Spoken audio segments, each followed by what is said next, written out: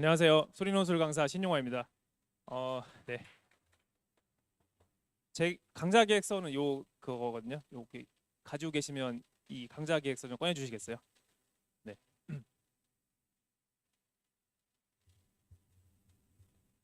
네, 시작하기 전에 간단하게 제 소개 드리고 시작하겠습니다. 저는 이제 신용화 강사이고요. 이제 고려대 수학교육과를 졸업을 했고 오승준 선생님이 논중과 추론으로 이제 대치동에 들어오실 때 제가 같이 시작한 원년 멤버라고 보시면 됩니다. 그래서 10년 정도 지금 수리논술을 가르치고 있고요. 예.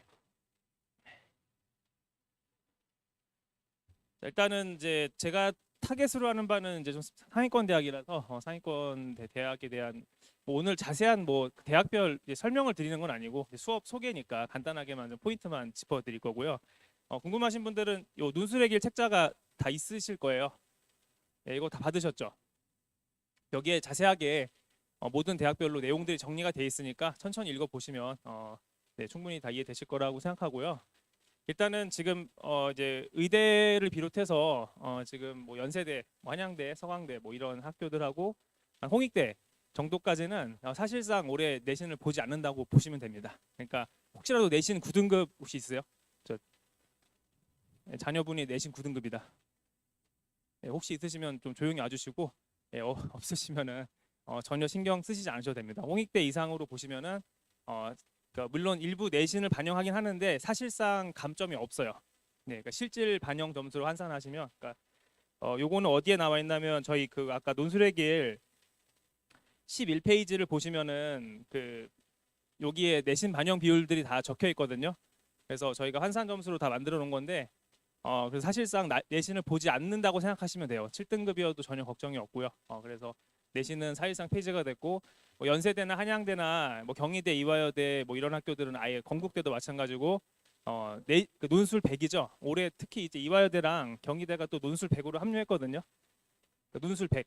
그러니까 내신은 아예 안 봐요. 예, 그래서 내신이 올 9등급이어도 상관이 없다는 얘기예요. 연세대 같은 경우도 마찬가지고. 그래서 그런 전형이기 때문에 내신은 전혀 염두에 두시지 않으셔도 되고요. 수능 최저가 계속 완화가 되고 있어요. 그래서 올해 좀 대표적인 이슈로는 중앙대가 역시 이제 수능 최저를 완화시켰고, 중앙대가 어떤 이슈가 있죠? 혹시 아세요? 네, 의대, 약대 뭐 다 포함해서. 네. 영어를 이제 2등급까지 1등급으로 간주하게 됩니다. 그러니까 이거 생각보다 효과가 커요. 이게 영어 2등급을 1등급으로 간주하게 되면은 1등급씩 다 올라가는 효과가 있기 때문에, 그러니까 영어가 약한 친구들은 영어 1등급 맞지 않아도, 그러니까 90점을 넘어야 1등급이지만 80점만 맞아도 1등급이 되는 거거든요, 사실상. 그러니까 논술에서요. 논술에서. 그러니까 중앙대는 상당한 완화 효과를 5대 기대할 수 있고요. 그다음에 서강대가 또 3합7로 내려왔죠. 예, 서강대가 3합7로 내려와서 이게 아마 학력 인구의 감소 때문에 그 등급 맞추기가 쉽지 않다는 걸 대학들도 알고 있거든요. 지금 올해 또 학령 인구가 감소했기 때문에 이제 대학들이 인지하고 있어서 좀 더 완화를 해줬어요. 그래서 좀 국어가 약한 친구들, 특히 이제 이과 학생들이 좀 국어가 많이 약하잖아요. 그래서 국어 약한 학생들한테는 좀 더 좋은 기회가 왔다라고 이제 생각하시면 되겠습니다. 네, 그런 포인트들이 있고요. 자, 그다음에 또 중요한 이슈가 이제 지금 선택형 수능으로 바뀐 지 벌써 2년을, 두 번을 봤어요. 그 이제 그 부모님 세대에서는 이제 그 선택형 수능이라는 게 없었죠. 그러니까 수능 세대가 아니시죠? 아니신가? 잠시만. 네. 그래서 수능 세대 아니시죠? 네. 이제 원래 수능에서 다 모든 걸 똑같이 봤는데 이제 재작년부터 해서 사실 미적기하 확통을 선택형으로 바꿨잖아요. 그러면서 이제 많이 일어난 문제가 논술은 지금 여전히 미적기하 확통을 다 출제하고 있는데 수능에서 거의 다 사실 미적만 하잖아요, 아이들이요, 학생들이요. 그러니까 보니까 지금 기하학통이 지금 거의 다 빵꾸가 나 있단 말이에요, 지금 상태들이. 자, 그런 식으로 벌써 2년이 흘러왔어요. 예, 근데 대학들은 여전히 미적기하 확통 출제 범위를 고수하고 있다는 게 문제거든요. 그러니까 이제 수능만 준비하는 학생들은 받지 않겠다라고 확실히 선을 그었어요. 이제는 제가 봤을 때는 첫 번째 저도 약간 미심쩍었는데 이상하다, 대학교에서 분명히 미적만 하는 거 알고 있는데 확통 기하를 낼까, 저도 약간 미심쩍긴 했지만 결국엔 작년 연세대 계속 미적기하 확통 냈고요. 한양대 마찬가지로 미적기하 확통 냈고요. 의대들 미적기하 확통 냈기 때문에 홍익대도 심지어 미적기하 확통 계속 내고 있어요. 예, 그러니까 중위권 대학들도 미적기하 확통을 다 내고 있거든요. 그래서 동국대도 작년에 배신했죠. 예, 동국대 같은 경우도 이제 재작년에는 미적 이렇게 세 문제가 나왔었거든요. 근데 그거 믿고 갔다가 작년에 미적 기하 확통을 냈어요. 하나. 예, 그래서 이제 준비 안 한 애들은 싹 다 전멸하고 왔습니다. 실제로. 예, 그래서 지금 어쨌든 학교들은 수능 범위랑 타협할 생각이 전혀 없다는 거를 꼭 염두에 두셔야 됩니다. 예, 선택형 수능이라고 해서 논술은 선택으로 내지 않는다, 그냥 다 낸다라고 그냥 인지하시는 게 좋을 것 같고요. 만약에 그래도 기하학통 안 하겠다고 하시면은 지원할 수 있는 대학은 레벨이 상당히 내려가게 될 수밖에 없습니다. 그래서 반드시 미적기하 확통을 다 준비한다는 마인드로 접근해 주셔야지 선택폭이 상당히 넓게 지원을 하실 수 있으실 거예요. 그리고 반대로 말씀드리면 미적기하 확통이 준비되어 있으면 상당히 좋은 기회가 오는 겁니다. 그러니까 손쉽게 저는 합격을 시켜보니까 합격이 더 저는 오히려 쉬워졌어요. 옛날보다 제 입장에서는. 그러니까 준비한 애들이 합격을 더 잘하게 되니까. 예전 같은 경우는 어차피 이제 수능 범위랑 그 논술 범위가 일치하니까 준비가 안 한 애들도 좀 행운에 의해서 많이 합격하는 경우들이 많았는데 이제는 행운이 작용할 요소가 없어요. 제가 봤을 때는. 없기 때문에 이제 준비한 친구들이 거의 붙게 돼 있습니다. 구조상. 그래서 조금 더 제 입장에선 저는 잘 됐다 보고요. 뭐 좀 아이들은 공부하기 힘들겠지만 그래서 그런 상황이니까. 예, 그래서 방금 말씀드린 대로 그래서 키포인트는 또 하나가 재수 및 N수생이 이제 유리한 이점은 전혀 없습니다. 제가 2년 동안 지켜봤을 때 재수생들이 불리하면 불리했지 논술에서 유리할 점이 전혀 없어요. 왜 그렇죠? 예, 재수할 때 미적 어차피 기하학통 안 하잖아요. 그러니까 기하학통 안 하기 때문에 오히려 내신으로 했던 게 다 사라지기 때문에 기억에서 고3이 재수생보다 불리할 이유가 전혀 없어요. 제가 봤을 때 논술에서는요. 예, 수능은 여전히 불리합니다. 뭐 수능은 당연히 뭐 무조건 재수생 이기는 거고. 그렇죠? 그 인정 안 하시나요? 대한민국 역사상에서 언제 재수생들이 고3한테 진 적이 있나요? 입시 역사에서 없잖아요. 올해라고 뭐 다를 거 보지 않고요. 예, 이제 올해 또 아마 러시 할 텐데 아마 그렇죠. 작년에 지금 통계적으로 3분의 1이 N수생이죠. 그 전체 응시자 대비. 예, 그러니까 워낙 학령 인구가 줄었는데 그에 비해 재수 N수생들은 인원이 줄지 않았어요. 그렇게 생각보다. 그래서 올해도 역시 3분의 1 넘어가는 걸로 추정이 될 겁니다. 비슷하게 양상이. 다시 한번 말씀드리면 논술에서 재수생 및 N수생 이점이 없습니다. 그러니까 지금 혹시라도 재수하거나 N수 하시는 부모님들 계시면은 그냥 준비 안 하고 가면 의미가 전혀 없다고 보시면 됩니다. 예, 확통기하 대비가 안 되기 때문에 재수학원에서 그런 거 시키지 않잖아요. 그렇죠? 네, 그러니까 대비가 전혀 안 됩니다. 네, 그래서 반드시 대비를 꼭 해주셔야지. 그리고 재수, N수 하면은 시간이 많이 남아 돌거든요. 제가 봤을 때는 저도 삼수했는데 시간 많아요. 충분히 논술 공부할 수 있는데 왜 저 안 하는지 잘 이해가 안 되거든요. 뭐가 그렇게 바쁜지. 예, 한번 다 본 건데. 예, 그렇죠. 충분히 할 수 시간 운영이 가능하거든요. 고3도 하는데 재수하면서 왜 논술을 안 하는지 저는 좀 사실 잘 이해는 안 돼요. 그래서 만약에 가능하다면 꼭 같이 시켜주시면 좋을 거고요. 고3은 이제 말씀드렸다시피 수능에서 워낙 재수생한테 불리하기 때문에 반드시 보험용으로 같이 가셔줘야 이제 좀 길이 많이 있을 겁니다. 네. 그래서 이제 제가 지금 수업을 어떻게 진행하고 있는지 좀 설명을 드릴 거고요. 그래서 요거는 제 그 강좌 계획서를 좀 참고하면서 보실게요. 여기에는 뭐 너무 자세하게 담을 수는 없어서 그 강좌 계획서 2페이지랑 3페이지 여기 펴보실게요. 그래서 보시면은 이제 1년 연간 커리큘럼을 다 담아놨고요. 이대로 진행합니다. 예, 그래서 뭐 그냥 뭉뚱그려서 미적확통 기하가 아니고 정확하게 어느 시점에 어느 단원에 어느 목차 나가니 제가 다 적어놨어요. 저처럼 뭐 상세하게 적어놓은 선생님들 별로 없을 겁니다. 대충 이제 뭐 미적기하학통 이렇게 적어놓지 제가 정확하게 다 플랜 짜놨습니다. 벌써 1년치를. 그래서 이대로 다 진행을 할 거고요. 특별한 뭐 이제 변수가 없는 한에서는 네, 이대로 진행을 하고 지금 학력화 통계는 이미 종료가 됐고요. 지금 시점에서 말씀을 드릴게요. 오늘 시점으로 기하는 이제 이번 주부터 벡터를 진행해요. 그래서 혹시 이제 벡터부터 좀 잘 안 돼 있거든요. 사실은 기하에서 2차 곡선까지는 그 단원 설명 드려도 되나? 자, 2차 곡선까지는 아이들이 미적분으로 어떻게든 커버할 수 있는 단원이고요. 벡터부터는 미적분으로 전혀 커버할 수 없는 단원이에요. 아예 다른 세상에 진입하는 거기 때문에 혹시라도 벡터부터라도 공부시키고 싶으시면 이번 주라도 보내주시면 됩니다. 예, 벡터부터 이제 진행하게 돼 있으니까요. 그리고 이제 여기 끝나고 나면은 미적분이 이제 그 들어가는데 그 진도 계획표를 보시면은 아직 방학이라서 지금 당장 보내시기는 부담스럽다라고 생각되시면은 제가 3월 11일부터 미적 수원수투 미적 진도가 나가요. 예, 그래서 이때부터 뭐 합류시켜 주시면 될 것 같습니다. 예, 그래서 그러면 이제 1학기는 미적분 위주로 공부를 하게 되고 확통 기하랑 그 놓친 부분 어떻게 되냐 그러면은 요거는 제가 동영상 강의는 다 찍어놨고요. 제가 이제 교재를 다 만들어놨어요. 상류과 통계 교재 있고요. 그다음에 이제 제가 그 개념 교재라고 해서 이렇게 이제 교과서 내용들을 다 여기 압축시켜놔서 개념서도 다 만들어 따로 놨습니다. 논술 공부를 위해서. 그러니까 이런 걸로 보충해 나갈 수 있으니까 저랑 어차피 뭐 1학기는 제가 다 직접 첨삭하기 때문에 학생이랑 뭐 상의해서 영상 강의로 보충을 하든 아니면 중간에 뭐 어린이날이나 현충일을 이용해서 제가 이제 이런 좀 특강을 할 생각이에요. 학통 기하 빠진 친구들을 위해서. 그래서 이제 그런 진도 보충을 다 잡아놨으니까 그 부분은 뭐 저랑 뭐 상의하면서 하시면 되니까 염려하지 마시고 어쨌든 확통기하 미적을 다 이제 보겠다 이런 취지로 1학기 커리큘럼이 지금 이제 구성이 돼 있습니다. 자 그렇게 이제 1학기를 진행하고요. 그러면 이제 2학기에서는 12주 수업에서는 3페이지를 보시면 되고요.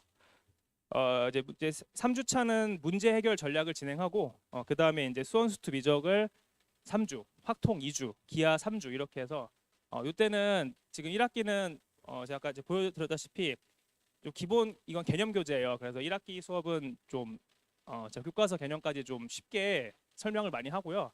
2학기 수업에서는 이때는 좀 어려운 논술 문제들을 많이 다룰 겁니다. 예, 그렇게 해서 좀 이분화시켜서 나갈 거거든요. 그래서 개념이 안 돼 있으면은 좀 개념 수업을 듣고 나서 합류하시는 게 좋고요. 차수로 보시면 아시겠지만 이때 그 개념 정리가 가능할까요? 안 가능할까요? 그 객관적으로. 이때 기초 개념 강의는 안 되겠죠, 솔직히. 그렇죠? 무리죠. 예. 문과 애들은 학력과 통계만 1년 준비하거든요. 근데 이거 3주 만에 제가 개념까지 소화시키기는 솔직히 좀 그거는 사기잖아요. 만약에 강사가 나와가지고 3주 만에 확통을 정복시켜주겠다 그러면 그 사기치는 거죠, 솔직히. 그렇죠? 그거는 말이 안 되는 거기 때문에 이때는 이제 제가 분명히 말씀드리는데 실전 개념이라고 말씀을 드렸어요. 그래서 이거는 기초 개념이 잡힌 상태에서 응용 개념을 들어가는 거니까 반드시 기초 개념을 그 전에 숙지하시고 와주셔야 돼요. 한 번도 안 듣고 이거 들으면 솔직히 별 의미는 없어요. 무슨 말인지 이해도 안 될 거고요. 예, 그래서 그런 상황이기 때문에 그래서 영상 강의 다 준비돼 있고 아까 말씀드린 교재 다 준비돼 있으니까 의지만 있으면 충분히 할 수 있거든요. 예, 그래서 그렇게 좀 따라와 주시면 됩니다.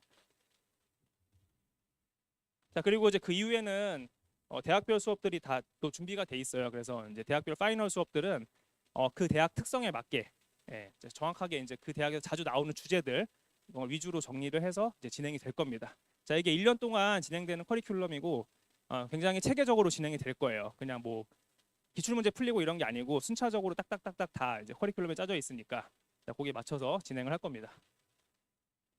수업은 이제 제가 3시간 반 수업을 하고요.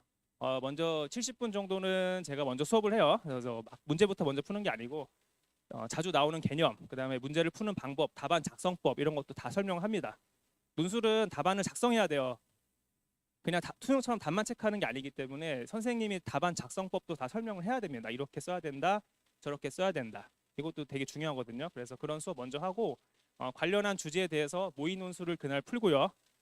이때 자 1대1로 한 명씩 불러서 대면 첨삭을 진행할 겁니다. 예.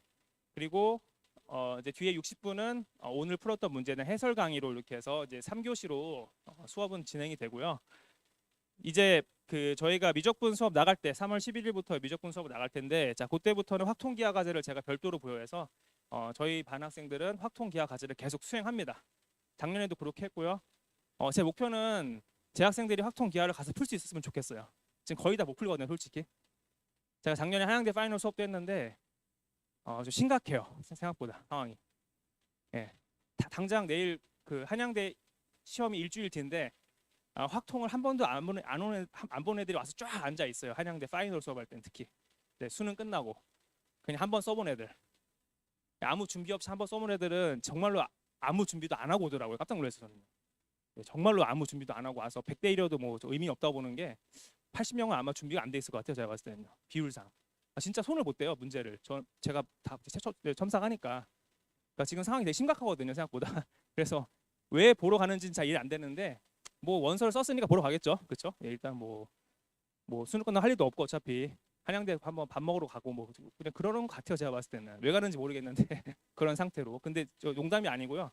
제가 봤을 때 심각해요, 상황이 지금. 그렇게 대비가 안 돼 있기 때문에 이제 제가 가르치는 학생은 적어도 확통 기하는 가서 좀 풀 수 있기를 바라는 마음에서 제가 1년 동안 좀 쉬지 않게 계속 대비를 시킬 생각입니다. 작년에 그렇게 끌고 갔고요. 네. 그래서 이제 방금 말씀드린 대로 대면 첨삭 제가 하고 그다음에 숙제 관리도 하고요. 매주 이제 개인 연락처로 부모님 연락처랑 학생 연락처로 제 과제랑 이제 결과 그 피드백을 매주 드릴 겁니다. 뭐 저한테 언제든지 편하게 상담 요청하시면 되고 유튜브 복습 동영상도 매주 다 누적이 돼서 나갑니다. 그러니까 확통 기하도 신청하시면 1년 내내 링크 뭐 계속 열어두고 있거든요. 언제든지 볼 수 있으니까 뭐 필요하시면 이용하시면 되고 복습 동영상은 항상 매주 발송이 됩니다. 그다음에 이걸 바탕으로 해서 이제 제가 엑셀로 다 학생들의 데이터를 만들어 놓고 있거든요. 그래서 이제 9월 달에 원서 상담 해드릴 거고 요거는 뭐 저뿐만 아니라 다른 선생님도 다 해드릴 겁니다. 원서 상담 진행해드리고 그다음에 시간표는 거기 어차피 나와 있을 건데 잠깐 말씀을 드리면은 지금 S반 같은 경우는 연세대를 비롯한 좀 상위권 20계열 타겟이고요. 금요일 날 토요일 날 지금 이제 요게 금요일 저녁 시간 그다음에 토요일 오후 시간에 개강이 돼서 지금 진행이 되고 있어요. 이 반은요. 진행반이고요. SH반은 올해 중앙대가 과학논술 없어진 거 아시죠? 모르세요? 네, 괜찮습니다. 네, 오늘 알고 가시면 되니까. 그래서 중앙대가 과학논술이 없어진 것도 이슈죠. 그래서 연세대를 제외한, 그러니까 최상위권 의대랑 연세대를 제외하면은 과학논술은 안 하셔도 돼요. 그래서 나는 굳이 연세대를 쓰지 않겠다. 과학논술은 뭐 보지 않겠다라. 수학으로 승부를 보겠다라고 하시는 분들은 수학만 가지고서 보겠다 하시는 분들은 요반에서 하셔도 뭐 제가 봤을 때 지장은 없고요. 난이도는 S반이 조금 더 어렵고 SH를 조금 더 쉽게 갈 겁니다. 난이도는 크게 큰 차이는 없는데 SH는 약간 성격이 조금 더 수능이 약한 친구들 있죠. 그래서 좀 최저는 간당간당한데 수학이 좀 강한 친구들이나 뭐 그런 친구들이 타겟을 하시면 좋을 것 같아요. 연세대는 쓰실 수 있으면 쓰세요. 연세대는 지금 계속 경쟁률이 많이 떨어지고 있거든요. 왜 그런지 아시죠? 연세대는 경쟁률이 지금 20대 1을 못 넘어요. 자, 왜 그럴까요? 일단 과학논술 들어가죠. 또 미적계 확통 보죠. 수능 체제 없죠. 기분이 딱 어떠세요? 제 말씀을 들어보니까 무섭죠. 과고 애들 몰려오죠 막. 무서워요. 그러니까 일반고 애들은 함부로 잘 못 덤벼요 지금. 근데 그래서 기회입니다. 작년에 전자전기도 거의 한 2바퀴 이상 돈 걸로 제가 알고 있거든요. 과고 애들이 많이 빠져요. 또 빠져 나가주니까. 또 과거 애들은 전자전기나 컴공 쪽 많이 쓰고 이제 뭐 딴 데 또 안 쓰니까 그런 것도 이제 뭐 피하셔서 전략을 세우면은 좋은 기회가 올 수도 있습니다. 근데 이제 과학논술이 이제 과학 2에 대한 부담 때문에 아마 못 쓰실 거예요. 대부분 알고 있어도. 그러니까 반대로 생각하시면은 어려운 길일수록 더 쉽게 붙습니다. 그렇게 이해하시면 좋을 것 같아요. 어렵게 가셔야지 쉽게 가시려고 하시면 제가 봤을 땐 더 치열한 경쟁이 어차피 기다리고 있으니까 한양대 서울간대 100대 1 갑니다. 경쟁률이 실제로. 근데 연세대 20대 1 못 간다는 거는 그만큼 준비가 안 돼 있기 때문에 그렇죠. 그렇죠? 또 연세대는 시험 언제 보나요 혹시? 수능 전에 보죠. 그렇죠? 이것도 중요한 포인트거든요. 수능 전에 보기 때문에 더 못 쓰죠. 부담스럽잖아요. 아이들 입장에서. 그러니까 이제 쓰실 수 있으면 쓰시고 이제 뭐 근데 과학논술까지 너무 하기 싫다 그러시면은 이제 SH 반에서 하셔도 뭐 상관은 없습니다. 요거는 이제 목요일 반 지금 목요일 저녁 반은 지금 현재 진행반이고요. 토요일 저녁 반이 이제 3월 11일 날 개강을 하니까 이때 뭐 신규로 들어오고 싶으시면 요 반으로 보내주시면 됩니다. 나머지 반들은 아까 말씀드렸다시피 지금 벡터부터 진행하니까 이번 주부터 보내시면 벡터부터 합류하신다고 생각하시면 돼요. 진도상. 그리고 H반은 타겟이 경희, 건동, 홍 정도에서 사실 서강대, 성균관대, 한양대, 연세대 정도면 문제가 많이 어렵거든요. 근데 이제 경희대나 이화여대나 한 건국대 정도만 와도 그렇게 문제가 많이 어렵진 않아요. 그래서 너무 어렵게까지는 좀 아직은 자신이 없다는 친구들은 뭐 H반에서 시작하셔도 되고 어쨌든 이제 제 반은 전부 다 미적계 학통을 다 한다는 걸 꼭 참고해 주세요. 전부 다 시켜서 보낼 겁니다. 그래서 전체적인 설명은 좀 마무리를 해드리고요. 마지막으로 이제 작년에 합격 사례, 합격한 친구들의 좀 얘기를 들어보면서 어떻게 준비하면 좋을지 다시 한번 좀 마무리를 드리도록 할게요. 그리고 참 이거 잠깐 여기 보시면 4페이지에 보시면은 제일 마지막 페이지요. 제 그 강좌 계획서. 제가 블로그를 운영하고 있는데 그 QR 코드를 한번 찍어 보시면은 QR 코드 혹시 찍는 법 알려드릴까요? 혹시 모르세요? 아시죠? 네, QR 코드는 사진만 갖다 대면 다 찍힙니다. 그래서 QR 코드 여기다 여기 조그맣게 있어요. 여기. 그러면 이거 잘못 뽑혔네. 그러면 네, 할 수 없죠, 뭐 다시. 네, 네. 이거 새 걸로 안 뽑혔나 봐요. 네, 네, 네, 알겠습니다. 네. 그러면 나중에 저 보여드릴게요. 네, 일단은 넘어가고요. 잠깐 좀 설명을 드릴게요. 이 친구는 혹시 글씨가 보이세요? 잘 안 보이세요? 네, 그렇죠. 이게 좀 흐려서 화면이. 이제 그 중앙대 약대에 붙은 친구인데요. 이 중앙대 약대가 저 올해 좀 이슈가 있으니까 하나 좀 말씀을 드릴게요. 네. 중앙대 약대는 솔직히 얘기해서 그 수학을 잘 못해도 붙어요. 그러니까 잘 못한다는 게 못한다는 뜻이 아니고 저희가 이제 약대 의대면 정말로 잘해야 된다고 생각하잖아요. 근데 제가 봤을 때는 이 친구는 좀 평범한 친구였거든요. 근데 전 과목은 되게 잘해요. 그러니까 그러니까 거의 오릴 나오는 진짜 친구인데 오릴 나오는 거랑 수학 잘하는 건 별로 상관없어요. 그거 아시죠? 그냥 수능이 전 과목이 잘 밸런스가 갖춰진 거랑 수학을 잘하는 건 좀 완전 별개 영역이거든요. 제가 봤을 때는 특히 논술은 워낙 어려운 문제들이 많기 때문에 그 수학 1등급 내에서도 문제 해결력 차이의 편차가 굉장히 심해요. 수능에서 96, 90이면은 별로 차이 안 날 것 같죠. 한 문제 차이니까 그렇죠. 근데 논술로 딱 들어오면은 이 극한 차이가 엄청나요. 예, 그래서 이제 중앙대는 되게 좋은 게 그 공대랑 약대랑 의대 문제가 어때요? 똑같아요. 그러니까 의대 약대 문제를 따로 출제하지 않아요. 그러니까 공대 문제이기 때문에 수준이 높을까요, 안 높을까요? 안 높아요. 그래서 좀 착실한 친구들, 성실한 친구들, 계산이 복잡하기 때문에 딱 맞는 친구예요. 딱 되게 성실한 친구거든요. 예, 그래서 중대학대 올해 이슈가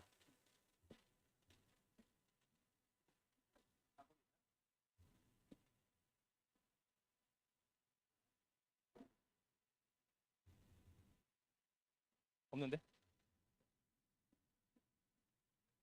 여기가 네. 그 이제 중앙대 약대 같은 경우는 올해 변화가 있는데 4 작년까지도 4모였거든요. 근데 올해도 4모예요. 근데 정말 많이 달라졌어요. 왜냐면은 작년까지는 과학 탐구 두 과목 평균을 반영했어요. 근데 올해는 한 과목 반영으로 바뀌었거든요. 그러면 제가 한번 해볼게요. 4모 말씀을 잘 들어보세요. 4모입니다. 4모. 4개 영역 하모. 그래서 이제 국어가 있고 수학. 글씨 보이세요?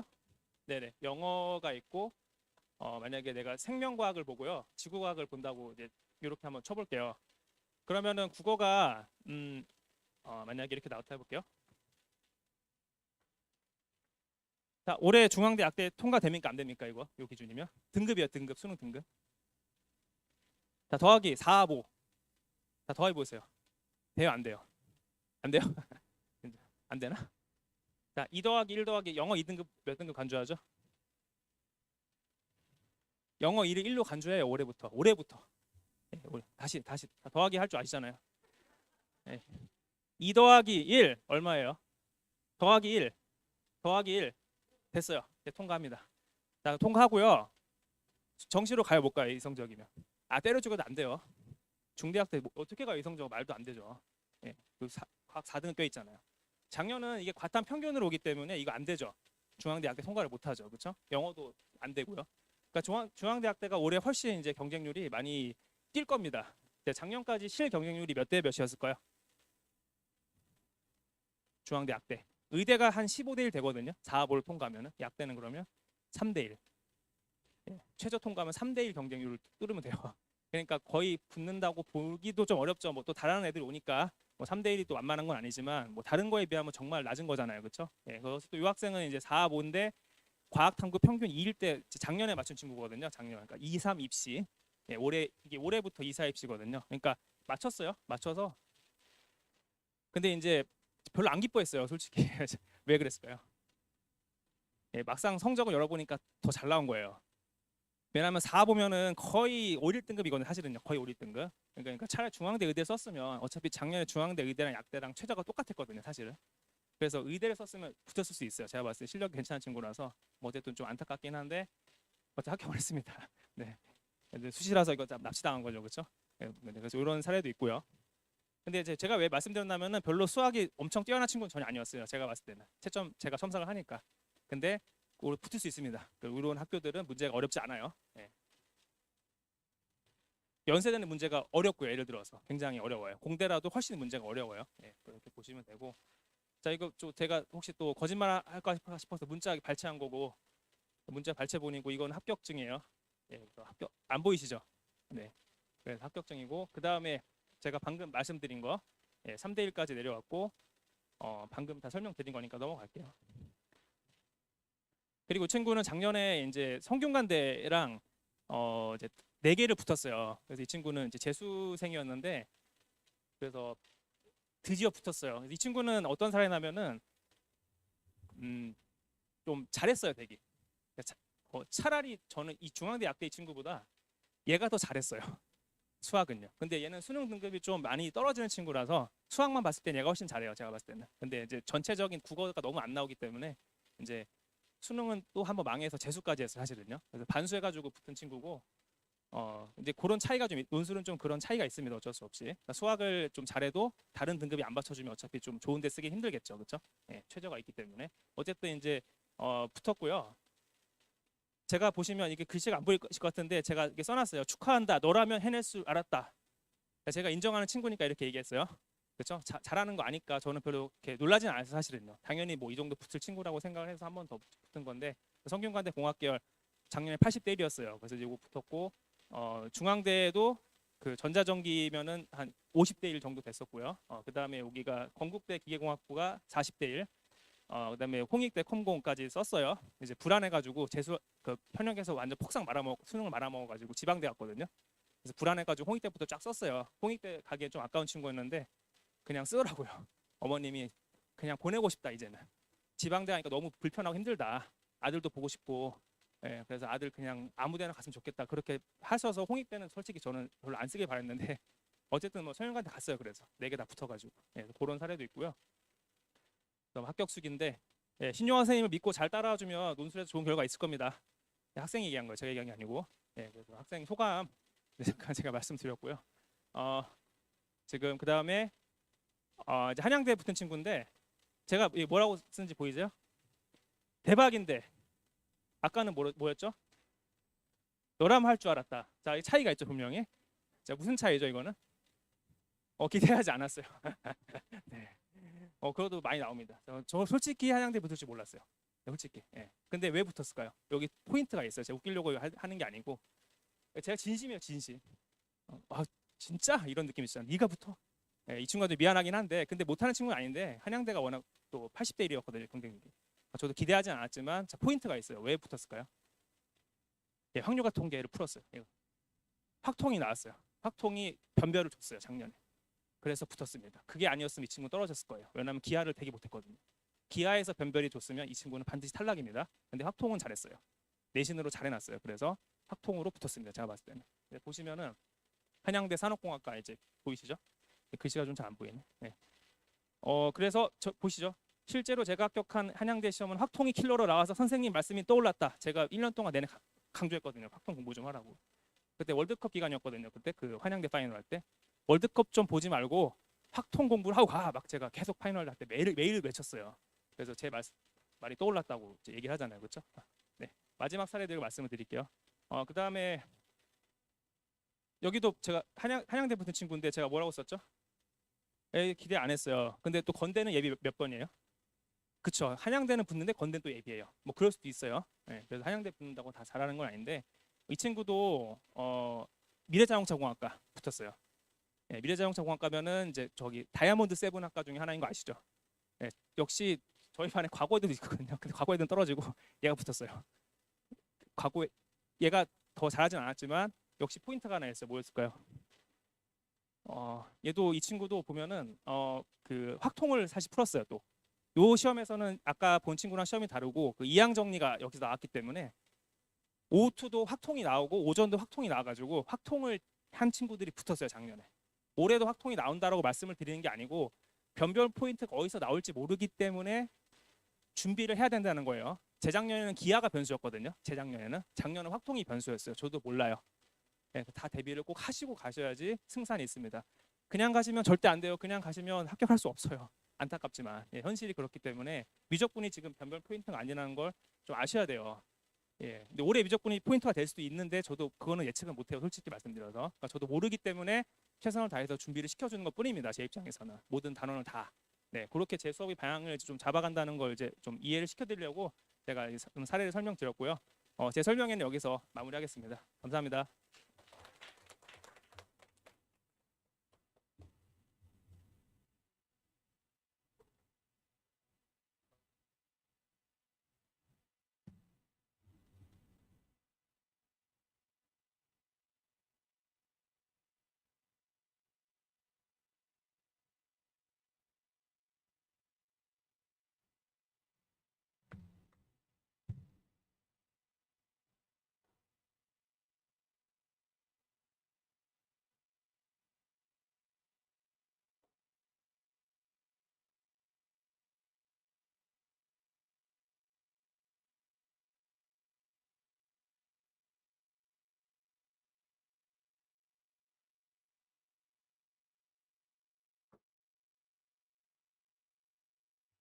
제가 5분만 좀 더 할게요.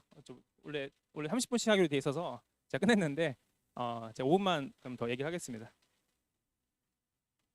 마지막 친구는 이제 요거 이제 재작년 친구인데요. 이 친구는 방금은 이제 뭐 한양대나 막 중앙대학교처럼 좀 상위권 대학들이고, 이 친구는 이제 좀 이제 중위권 대학이라고 보시면 될 것 같아요. 그래서 이 친구는 이제 숙대 기계시스템, 중앙대 예술공학부, 세종대 지구자원, 외대 전자물리학 이렇게 4개를 붙었어요. 그래서 이 친구 같은 경우는 수능 등급 보시면 어때요? 숫자 혹시 보이세요? 안 보이시나? 언어가 3등급, 수학이 4등급, 영어 2등급, 과학 4등급, 5. 자, 어떤 생각이 드시죠?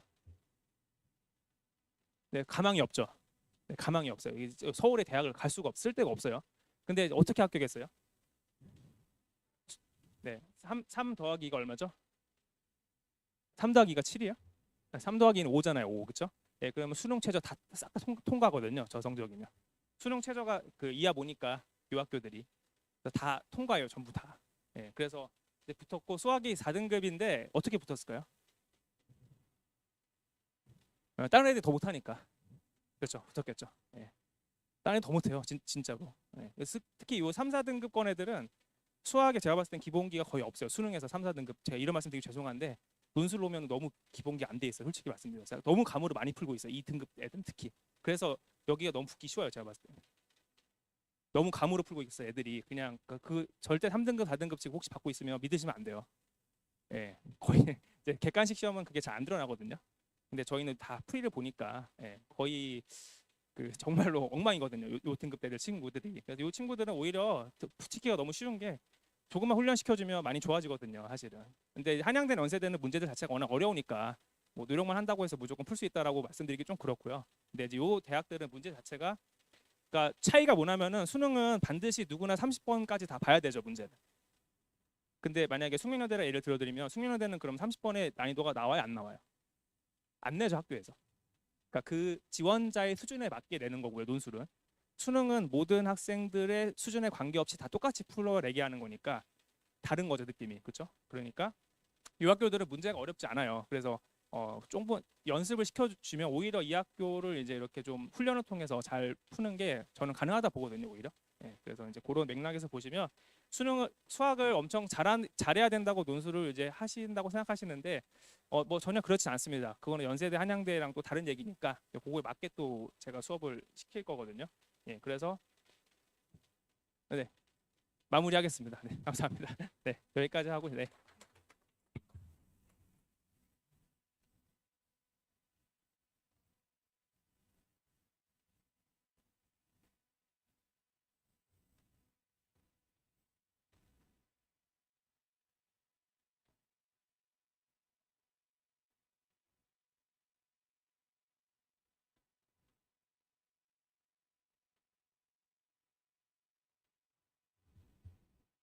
네, 이어서 지금 SH반 토요일 오전에 수업 진행하고 계시는 이대웅 선생님 설명회 진행하실 거고요. 어머님들 아까 들어오실 때 제가 초콜릿 드렸는데 혹시 당 떨어지시면 조금 더 드셔도 되거든요. 네, 이어서 이대웅 선생님 소개해 드리겠습니다. 네, 안녕하세요. 이대웅입니다. 저희 요거 브로셔가 있으면 좀 사진이 다르게 나와 있지만 내 이름으로 찾으시면 될 것 같습니다. 지금 토요일 오전에 수업을 하나 하고 있고요. 일단은 토요일 오전에 지금 이 반이 진도가 지금 수원 수투 내용을 진행하고 있습니다. 수원 수투를 중심으로 하는 수업이 진행되고 있기 때문에 지금 들어와도 충분히 함께 같이 수업을 들을 수가 있다. 이렇게 줄 문제들로 이루어져 있고 충분히 함께 할 수 있기 때문에 지금 이 반을 열어놨습니다. 만약에 많은 분들이 다른 날에 오픈을 너무 원하신다면 그러면 이제 오픈을 고려할 수 있겠지만 일단은 토요일 오전으로 시작을 하고 있습니다. 제 수업도 마찬가지로 학생들에게 수업 시간에 뭘 먹어도 된다고 합니다. 사실 코로나19 때문에 뭔가 음식을 먹는 것이 불편한 상황이었지만 당이 떨어지시면 얼마든지 초콜릿 드셔도 되겠습니다. 밑에나는 것만 아니면 애들한테 뒤에서 후루룩거리고 라면만 안 먹어도 된다. 대신 졸지만 말아라고 이야기를 하거든요. 그래서 만약에 수업을 보내주신다면 졸지만 않게 그것만 좀 해주시면 됩니다. 네, 지금 이름을 코어 수학이라고 이름을 붙였는데 이거는 오랫동안 고민을 하면서 붙인 겁니다. 제가 봤더니 제 수업의 특징을 봤더니 정말 수학에 있던 어떤 논술에서 혹은 수학에서의 코어를 좀 강의하는 부분이 있었기 때문에 그렇습니다. 그래서 지금 앞에서 신영화 선생님께서 수업 내용 전체적인 논술에 관한 걸 정말 잘 설명해 주셨기 때문에 제 수업의 특징만 좀 말씀을 드리도록 하겠습니다. SH반입니다. 그런데 이제 폭이 넓습니다. 사실 뭐 한양대, 서강대, 성대, 그 위에 연대, 의치안 니 아니면 재수할 거야 라고 한다면 상위권이 맞고요. 그게 아니라면 저는 제 수업에 들어올 수 있도록 수업을 할 겁니다. 그런데 조금 더 성실하게, 그러니까 수업의 성실함을 얘기하는 거는 어떤 선생님도 게으르게 하지는 않겠죠. 그거보다는 조금 더 자세하고 명확하게 끝까지 설명을 한다. 반대로 손해보는 게 있겠죠. 더 많은 문제를 다루지 못합니다. 그래서 수업의 문제의 수는 조금 줄어들 수가 있어요. 한 수업당 최소 2문제에서 2.5문제, 사실 한 3문제 정도를 다루게 되는데 더 빠르게 진도를 나갈 수도 있고 숙제를 낼 수도 있습니다. 그래서 어떤 선생님들은 끝까지 문제풀이를 하지 않고 중간쯤에 멈출 수도 있어요. 여기서부터 이렇게 연결해서 여러분이 푸시고요. 예시답안 참조해서 끝까지 확인하시고요. 하면서 넘어가고 또 과제를 낼 수도 있습니다. 그것도 옳은 방법 중에 하나인데 제가 볼 때 제 수업의 특징을 이야기할 때는 일단 끝까지 딱 결과 마지막 숫자가 나오는 것까지 계산 과정을 다 보여주고요. 계산 과정을 공부하는 데도 도움이 될 수가 있고 서술하는 부분에 있어서 어떻게 하는지를 좀 더 끝까지 보여줍니다. 그러다 보니까 문제 수는 조금 줄어들게 되고 사실 대신에 다른 부분에 있어서 더 많이 가르치는 게 있는데 그걸 좀 말씀을 드리려고 합니다. 2번, 3번, 4번이 좀 중요한 것 같아요. 2번이 좀 많이 중요하다. 2번, 3번이 중요한데요. 2번은 뭐냐면 제가 볼 때 논술이라고 하는 거는 접근이 너무 중요하더라는 거예요. 여기서 말하는 접근은 뭐냐면요. 실제로 학생들이 수업을 듣고 풀이를 시작할 때 제가 예전에 인강을 할 때 이렇게 했습니다. 예를 들면 뭐 서강대 기출문제를 푼다. 자, 1번 문제 제시문 읽어봤죠? 여러분 다 한번 미리 풀어보셔야 됩니다. 이건 꼭 얘기를 합니다. 그 다음에 자, 제시문에 무슨 내용을 이용해서 뭘 이용해서 여기다가 적용해서 푸는 거죠? 1번 이렇게 하는 거죠? 하고 힌트를 줍니다. 근데 그 힌트가 제가 볼 때의 접근인 거예요. 그래서 답을 알려주는 것도 쉽고 사실 어떻게 보면 예시답안에도 나와 있는데 제 관심은 항상 이거였어요. 그걸 어떻게 알지? 애들이 이 문제를 보고서 어떤 방식으로 풀어라는 말이 안 써 있으면 어떻게 풀어야 되는지 어떻게 알 수 있을까? 처음에 접근을 얘기를 하는 거죠. 어떤 경우에는 문제에 명확하게 나오는 경우가 있습니다. 뭘 이용해서 풀어라. 혹은 제시문 가, 나를 이용하여 해결해라. 근데 그런 경우에도 당연하게도 제시문 가에 딱 힌트가 주어져 있지는 않거든요. 그럼 그 문제를 보고서 제시문을 보고서 이 문제 어떻게 접근하는지가 저는 핵심이라고 생각을 한 거죠.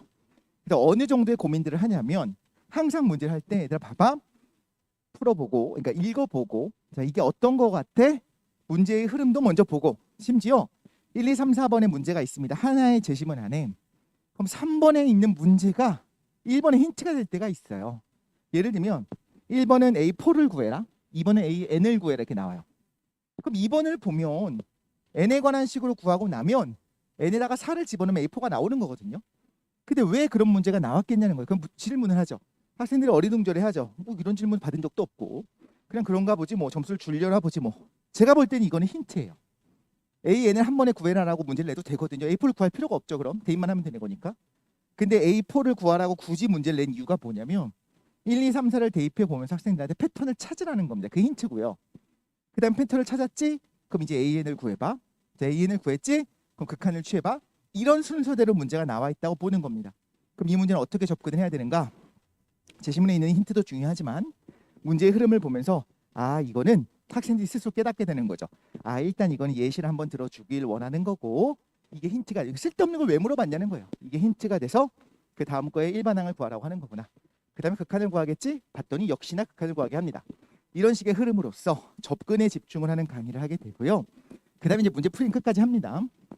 자, 이러다 보니까 복습할 때도 학생들한테 이야기를 해요. 오늘 복습하지 마세요. 오늘 복습하면 제가 풀었던 거 특히나 접근이 다 생각이 나요. 당연하죠.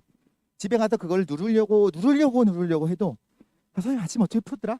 보자마자 생각이 납니다. 제가 진짜 원하는 거는 일주일 지나서 금요일 저녁쯤에 돼서 딱 앉아서 스물스물 막 생각이 나려고 해요. 그때도 누르라고 해요. 어떻게 풀었더라 생각이 나려면 그거 누르고 내가 시험장에 가서 이 문제와 이 제시문을 접했을 때 처음 시작하는 그 접근 그걸 생각할 수 있는지를 떠올려 보는 게 복습이다. 내가 정말 시험이라고 생각하고 이렇게 복습을 하도록 합니다. 그래도 진짜로 애들은 농담 섞인 말로 농담이 아니고 그러니까 웃기려고 하는 건 아니고 농담 섞인 말입니다. 나중에 복습할 때 그냥 화장실 갈 때 갖고 들어가라고. 그러니까 문제 풀이를 하게 쓰지 않아도 되니까 문제만 읽어보고 이해만 하면 된다. 어떻게 접근해야 되는지. 그다음에 문제 풀이는 그럼 언제 공부하냐?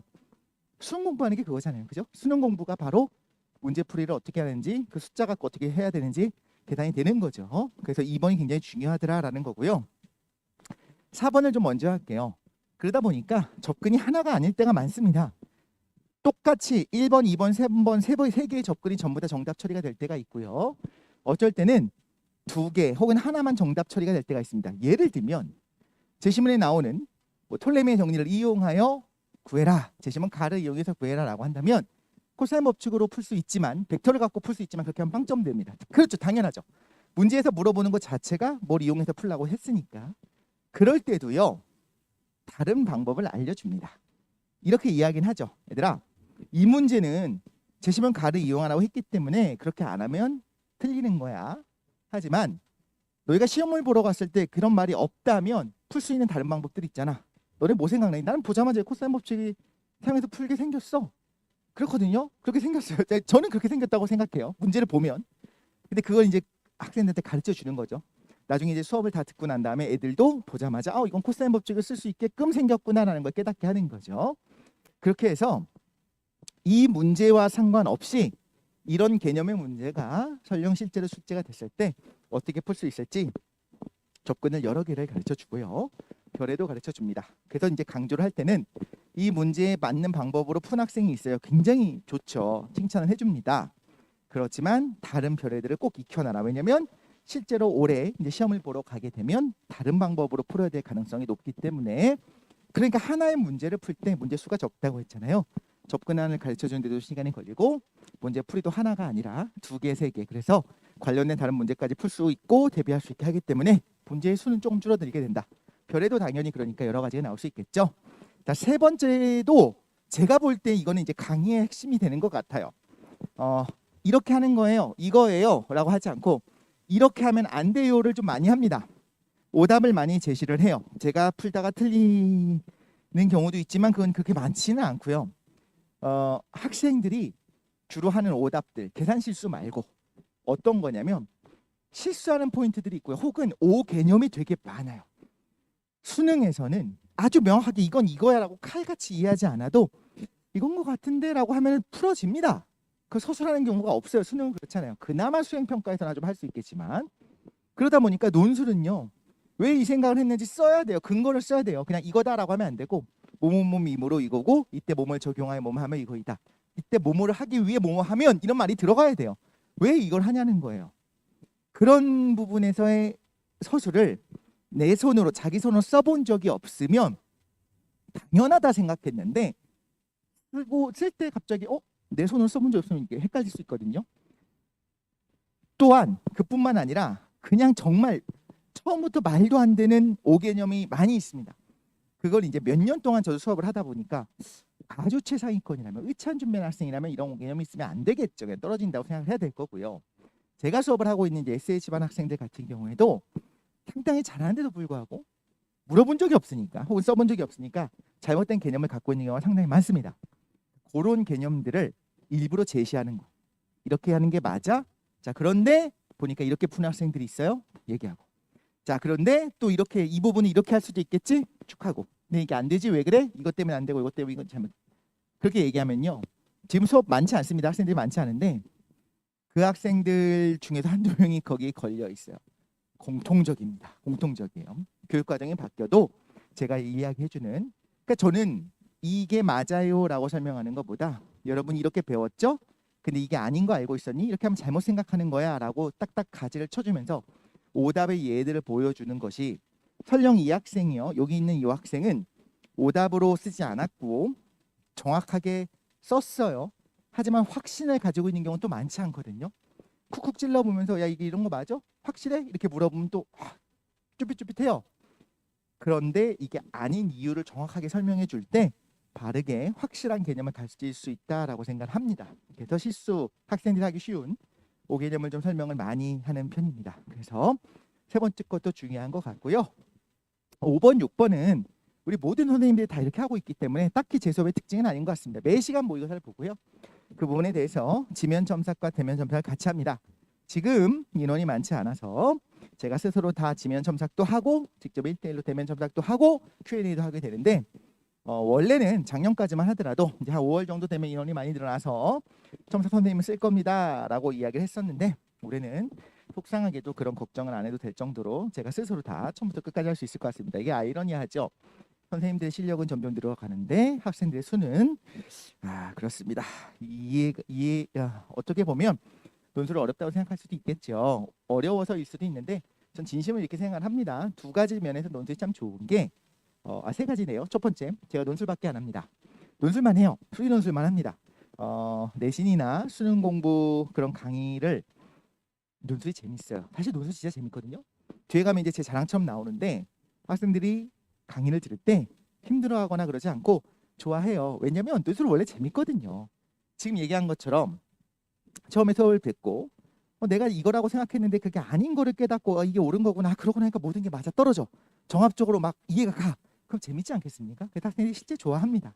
그런 면에서 논술은 좋은 시험이다라고 생각을 하기도 하고 실제로 그거를 단순하게 1, 2, 3, 4번 혹은 숫자를 내는 것이 아니라 왜 그렇게 생각하는지 쓰는 그 능력, 대학에서 정말 보고 싶은 능력이기도 하죠. 그거를 하는 것 자체도 좋다는 생각을 하고요.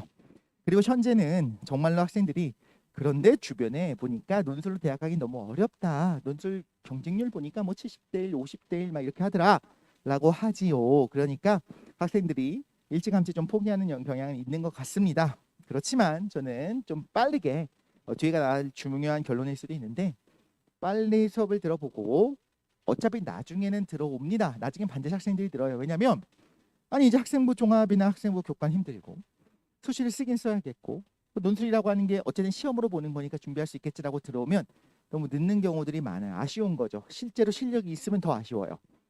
좀 빨리 들어오지. 차라리 지금 빨리 수업을 들어보고 아니면 빨리 그만두는 게 차라리 나을 수도 있다는 겁니다. 냉정하게 말해서. 자, 그래서 6번은요. 지금 제가 말씀드린 건 연결이 되는데요. 이거랑도 연결이 됩니다. 중상위 학생들, SH반 학생들 같은 경우에는 어느 학교를 쓸지 몰라요. 자기가 어느 정도 수준의 학교를 쓸 수 있을지 아직 모르는 상황입니다. 어떻게 할 수 있을까요? 일단 수능으로 갈 수 있는 대학을 쫙 해보고 거기보다 조금 더 이제 위쪽의 대학을 그냥 쓴다 이렇게 컨설팅을 할 수 있겠죠. 학교 선생님도 그렇게 얘기를 해줄 수도 있고요. 학교별 문제의 특징을 아는 분들이 많지는 않아요. 왜냐하면 어떤 학교가 어떻게 문제가 출제된다라고 하는 거는 풀어봐야 하는 건데 사실 논술 선생님이 아니면 그걸 뭐 굳이 풀어보겠습니까? 어려운데 그죠? 그렇지만 어쨌든 거기까지도 할 수 있다고 가정하더라도 제가 궁금한 거, 제가 볼 때 못한다는 건 이겁니다. 이 학생이 어느 학교 문제에 익숙한지 어느 학교 문제를 잘하는지를 어떻게 아냐는 거예요. 이 학생의 답을 봤어야 알죠. 누가 볼까요? 제가 보지요. 그러니까 논술 선생님들이 보지요. 빨리 수업에 들어와야 나중에 7월 8월 초쯤에 이제 어머니들을 좀 모시고 한 명씩 학생과 같이 2명 혹은 아버님도 오셔도 되니까 3명 삼촌도 4명 이렇게 모셔놓고 그 학생이 지금까지 썼던 거를 펼쳐놓고 어떤 거에 강점이더라 어떤 건 좀 어려워하더라라는 거를 상담을 할 겁니다. 근데 그때 단순히 이 학교 문제가 어떻게 나와요? 이 학교는 좀 어떤 특징이 있어요? 라고 제가 설명하는 게 아니라 정말 이 학생한테 맞는 조금이라도입니다. 막 칼같이 맞아서 이거 했더니 100% 합격하고 이런 건 아니지만 그래도 분명히 도움이 돼요.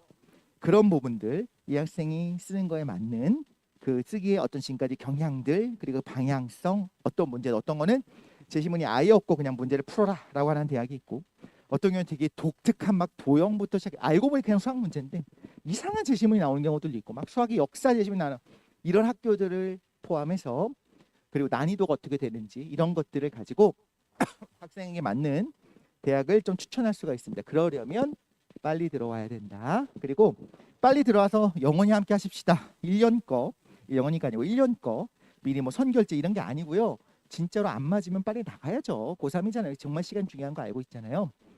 빨리 나가도 된다는 건 이제 원장님이 들으면 별로 안 좋아하시겠지만 빨리 들어오고 맞는지 여부는 학생이 판단합니다. 어려워서가 아니라 스스로 알아요. 처음에는 어려워요. 제 수업도 굉장히 어렵습니다. 학생들이 볼 때는 점수가 막 평균 점수 20점, 30점, 5, 100지도 정말 있습니다.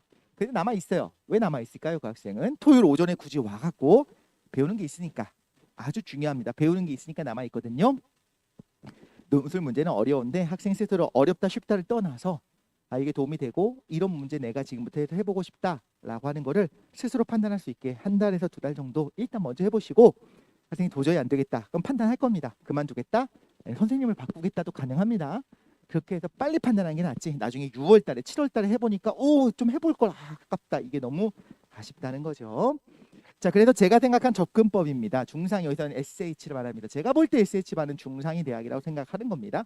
논술이 있는 대학 중에서 많이 써봐야 된다. 그래서 매시간 논술 모의고사 볼 거고요. 모든 선생님 다 그렇습니다. 개념 설명을 좀 같이 합니다. 왜냐면요, 정말 모를까 봐도 있을 수 있겠죠. 아직 미적 진도가 안 끝났기 때문에 미적에 대한 내용에서 충분히 중요한 건 다시 설명합니다만, 그거보다 더 중요한 건 뭐냐면요, 5개념이 많다니까요. 배웠는데도 5개념이 너무 많아요.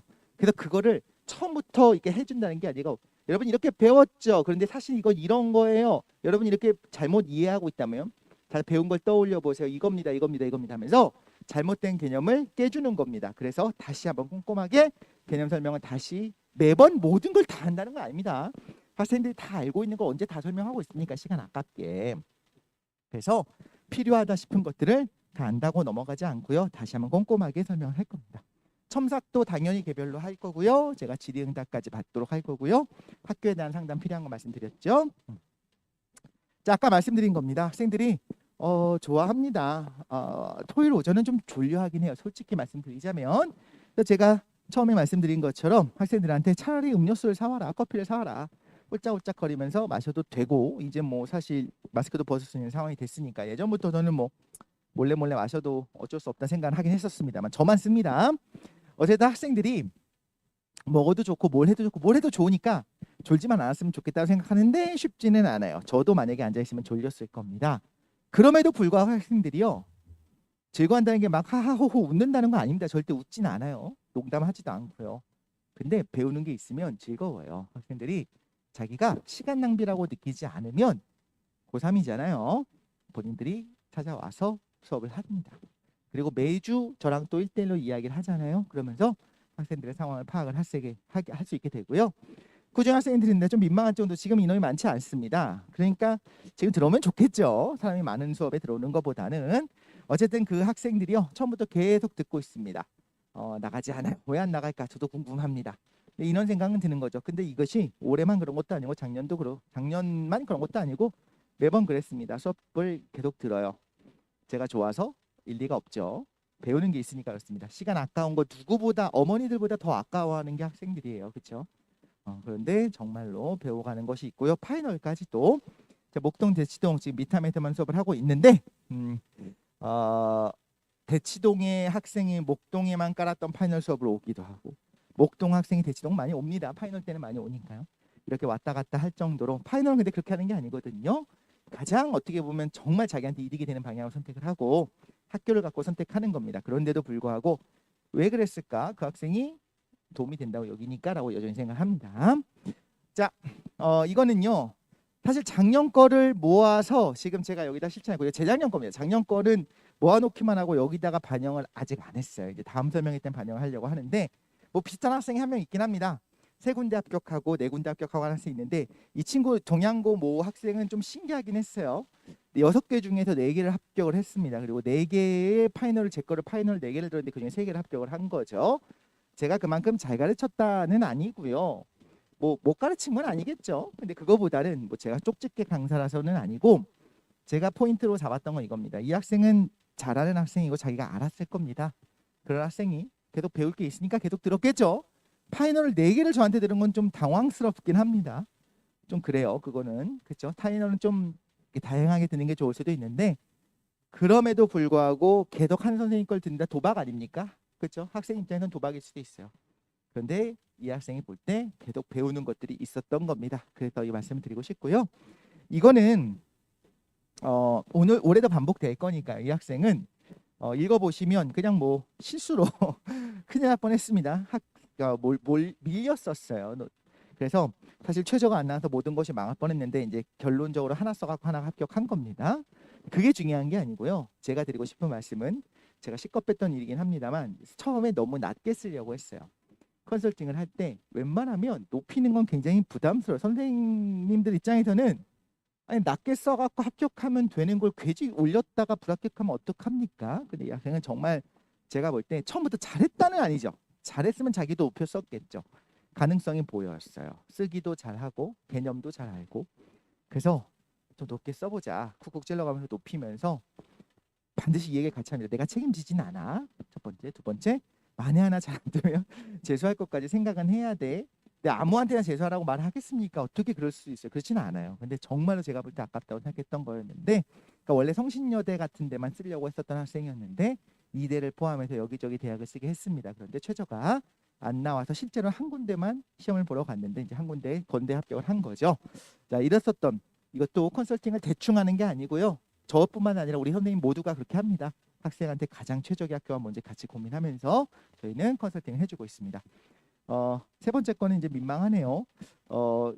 이거는 미괄식 서술입니다. 제일 끝에가 좋았어요. 파이널 수업을 들었더니 엄마 대웅쌤이 진짜 잘 가르치는 거였어 라고 어머니한테 말씀을 드렸다는 사실을 실장님한테 해주셔갖고 그걸 제가 자랑하려고 집어넣습니다. 사실은 이제 멀리서 왔어요. 천안에서부터 왔다 갔다 하면서 포기하려고 했었는데 나가려고 하는 학생을 선생님들이 잘 붙잡지 않습니다. 그렇잖아요. 일단 저 놀고 싶어요 하고 나가는 게 아니고요. 어려워서든 아니면 다른 그냥 정시에 집중하고 싶어서든 자신이 없어서든 이런저런 이유로 그만하려고 하는데 고3이잖아요. 그런데 비슷합니다. 두 번째 학생이 비슷하게 아까웠어요. 괜찮아 보였고 할 수 있을 것 같았습니다. 그래서 붙잡았는데 결과적으로는 저랑 그때 붙잡았던 실장님 두 분한테 되게 고맙다고 어머님이 직접, 그러니까 실장님들도 함부로 붙잡지 않고 우리 원장님도 함부로 붙잡지 않습니다. 그런데 제가 이 학생 잘한다 말씀을 드렸었고 그래서 또 붙잡았거든요. 그게 또 좋은 결과로 이어지기도 했었습니다. 그래서 저희가 잘 할 겁니다. 어머니들 걱정하시는 건 어떤 건지 알고 지금 고3이기 때문에 얼마나 시간이 귀한지도 알고 있기 때문에 대충 허투루 보내지 않고 열심히 한번 하도록 할 거고요. 수업 구성을 보면 대부분 비슷하니까 이건 제가 알아서 할게요. 그냥 이거 참고로만 보시면 됩니다. 60분, 60분, 90분 돼갔고요. 한 번 쉽니다. 한 번 10분 시간이 있고요. 그 외에는 쭉 수업을 하게 되는데 모의고사를 처음에 씁니다. 쓰기를 항상 할 거고 1시간 동안 그동안 한 명씩 불러가지고 제가 그 전주에 썼던 거에 대해서 대면 첨삭까지 진행을 하고 Q&A까지 하고 그 다음에 지금 분위기 있죠? 수학 공부 어떻게 하고 있는지라든가 이런 전체적인 그런 상담들을 좀 처음에 진행을 하고요. 모의고사 봤던 거에 대한 풀이와 이제 이 풀이가 다양한 방식으로 풀게 되겠죠. 그 다음에 다른 문제 한 문제에서 두 문제 정도 더 풀게 됩니다. 그렇게 진도까지 나가면서 중요한 것들을 하게 되고요. 첨삭 방식은 이제 제가 그냥 한다 생각하시면 됩니다. 커리큘럼은요. 사실 이게 제가 참 그렇습니다.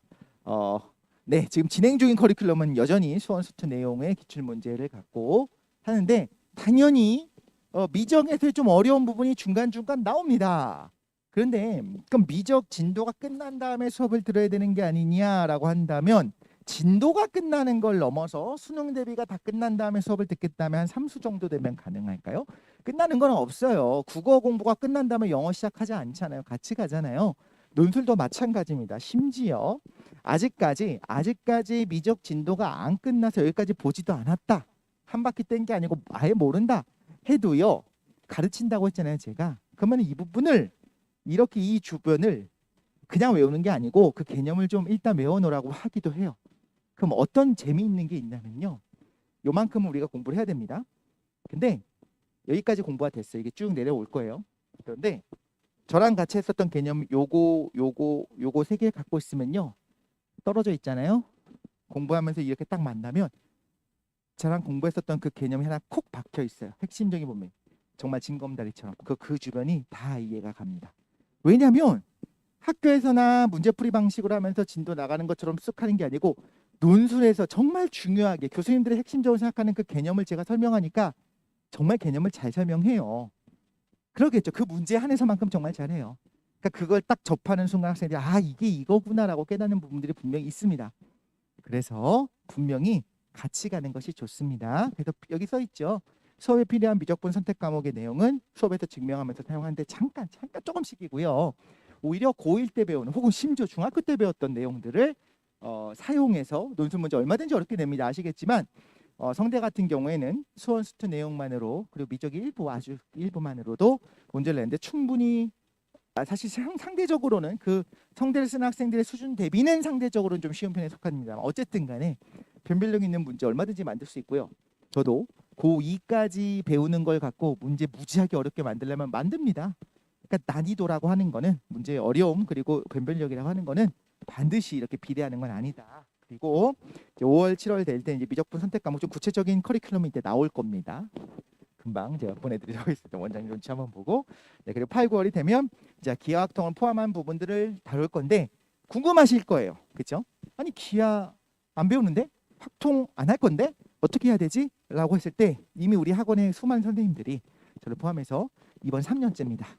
노하우들이 쌓여 있습니다. 어떤 식으로 해야 될지.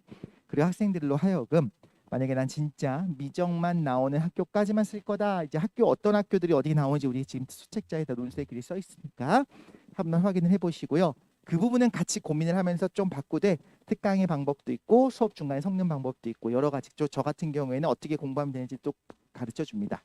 그렇게 해서 전체적인 내용까지 가르칠 수 있도록 학생들이 공부할 수 있도록 그런 지도를 하도록 할 거고요. 이제 실전 모의고사 넘어가는데 다 실전 문제입니다. 여기 있는 교재에 나오는 모든 문제들이 99%라고 할게요. 모든은 아니고 좀 변형하는 부분들도 있고 사설 모의고사에서 나왔었던 논술 모의고사에 나왔었던 문제 너무 좋아가지고 제가 쓰는 게 있습니다. 한 2문제 정도 있어요. 그 외에는 다 정말 출제를 했었던 문제들. 매년 얼마나 많은 문제들이 쏟아져 나오겠어요. 그죠? 그 중에서 꼭 최신이 아니더라도 제가 볼 때 진짜 핵심적인 이거 하나를 통해 여러 개를 가르치고 싶은 그런 문제들을 뽑아서 만들어 놓은 교재니까요. 전체적으로 실전 모의고사가 아니더라도 다 모의고사처럼 한다고 생각하시면 될 것 같습니다. 네, 가장 중요한 시기인 걸 알고 있고요. 그래서 얼마나 고민하고 있는지 그리고 얼마나 열정적으로 열심히 하려고 하는지 알고 있기 때문에 저희도 저희 학원 모든 선생님들 다 열심히 가르치도록 하겠습니다. 전 여기까지 하도록 하겠습니다. 감사합니다.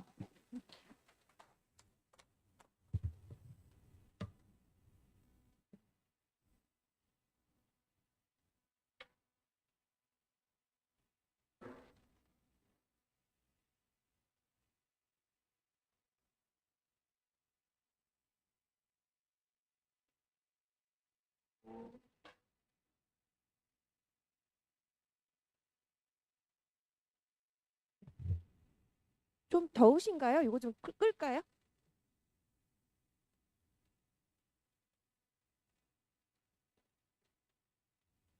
예, 이어서 도성원 선생님 설명에 이어질 거고요. 선생님은 지금 1월 1일 개강한 3개 반 진행하고 계시고 3월에 추가 또 개강반 있어요. 그래서 전체적인 논술 전형 설명은 아마 앞서서 하셔서 짧게 진행하시고 이어서 반 수업에 대해서 설명 있으실 거예요.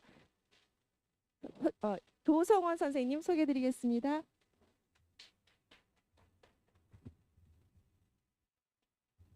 네, 안녕하세요. 소리논술 강사 도성원이라고 합니다. 일단 이제 1시간이나 지나가지고 좀 많이 피곤하실 텐데 최대한 좀 컴팩트하게 좀 말씀드려보도록 하겠습니다. 그래서 일단 저희 그 요 봉투에 이제 되게 많은 자료가 있는데 그 중에 이제 제 브로셔도 들어있고요. 그 다음에 이제 앞선 선생님들께서 말해주신 내용을 좀 들어보니까 그 입시에 대한 정보랄까요? 그 측면을 좀 말씀 안 해주셨던 것 같은데 그거는 요 책자에 저희가 정리를 엄청 열심히 해놨거든요. 요거 한번 보시면 좋을 것 같습니다. 근데 이제 아마 첫해가 아니신 경우에는 대충 흐름을 파악하고 계시겠지만 5월이 돼야 이제 모든 요약이 나오거든요. 그래서 요 자료는 이제 작년에 전형 계획을 발표한 게 있어요. 5월에 이렇게 할 거야의 아웃라인을 발표한 게 있는데 그거를 저희가 정리한 거거든요. 한번 참고해 보시면 좋을 것 같습니다. 근데 크게 보면은 크게 달라지진 않더라고요. 이렇게 흘러간다 정도를 파악해 보시면 좋을 것 같습니다. 네, 그래서 일단 시작해 보겠습니다. 네. 일단은 저의 타겟은 이제 개강반 중에서 이번에 이제 3월 개강반이 N반이거든요. 반에 대한 분류는 아마 이제 또 책자 보시면은 이 알파벳 어떤 알파벳이 무슨 반인지 그거 좀 설명이 돼 있어서 한번 참고해 보시면 좋을 것 같은데 라인은 대충 이 정도로 잡고 좀 말씀을 드려보겠습니다.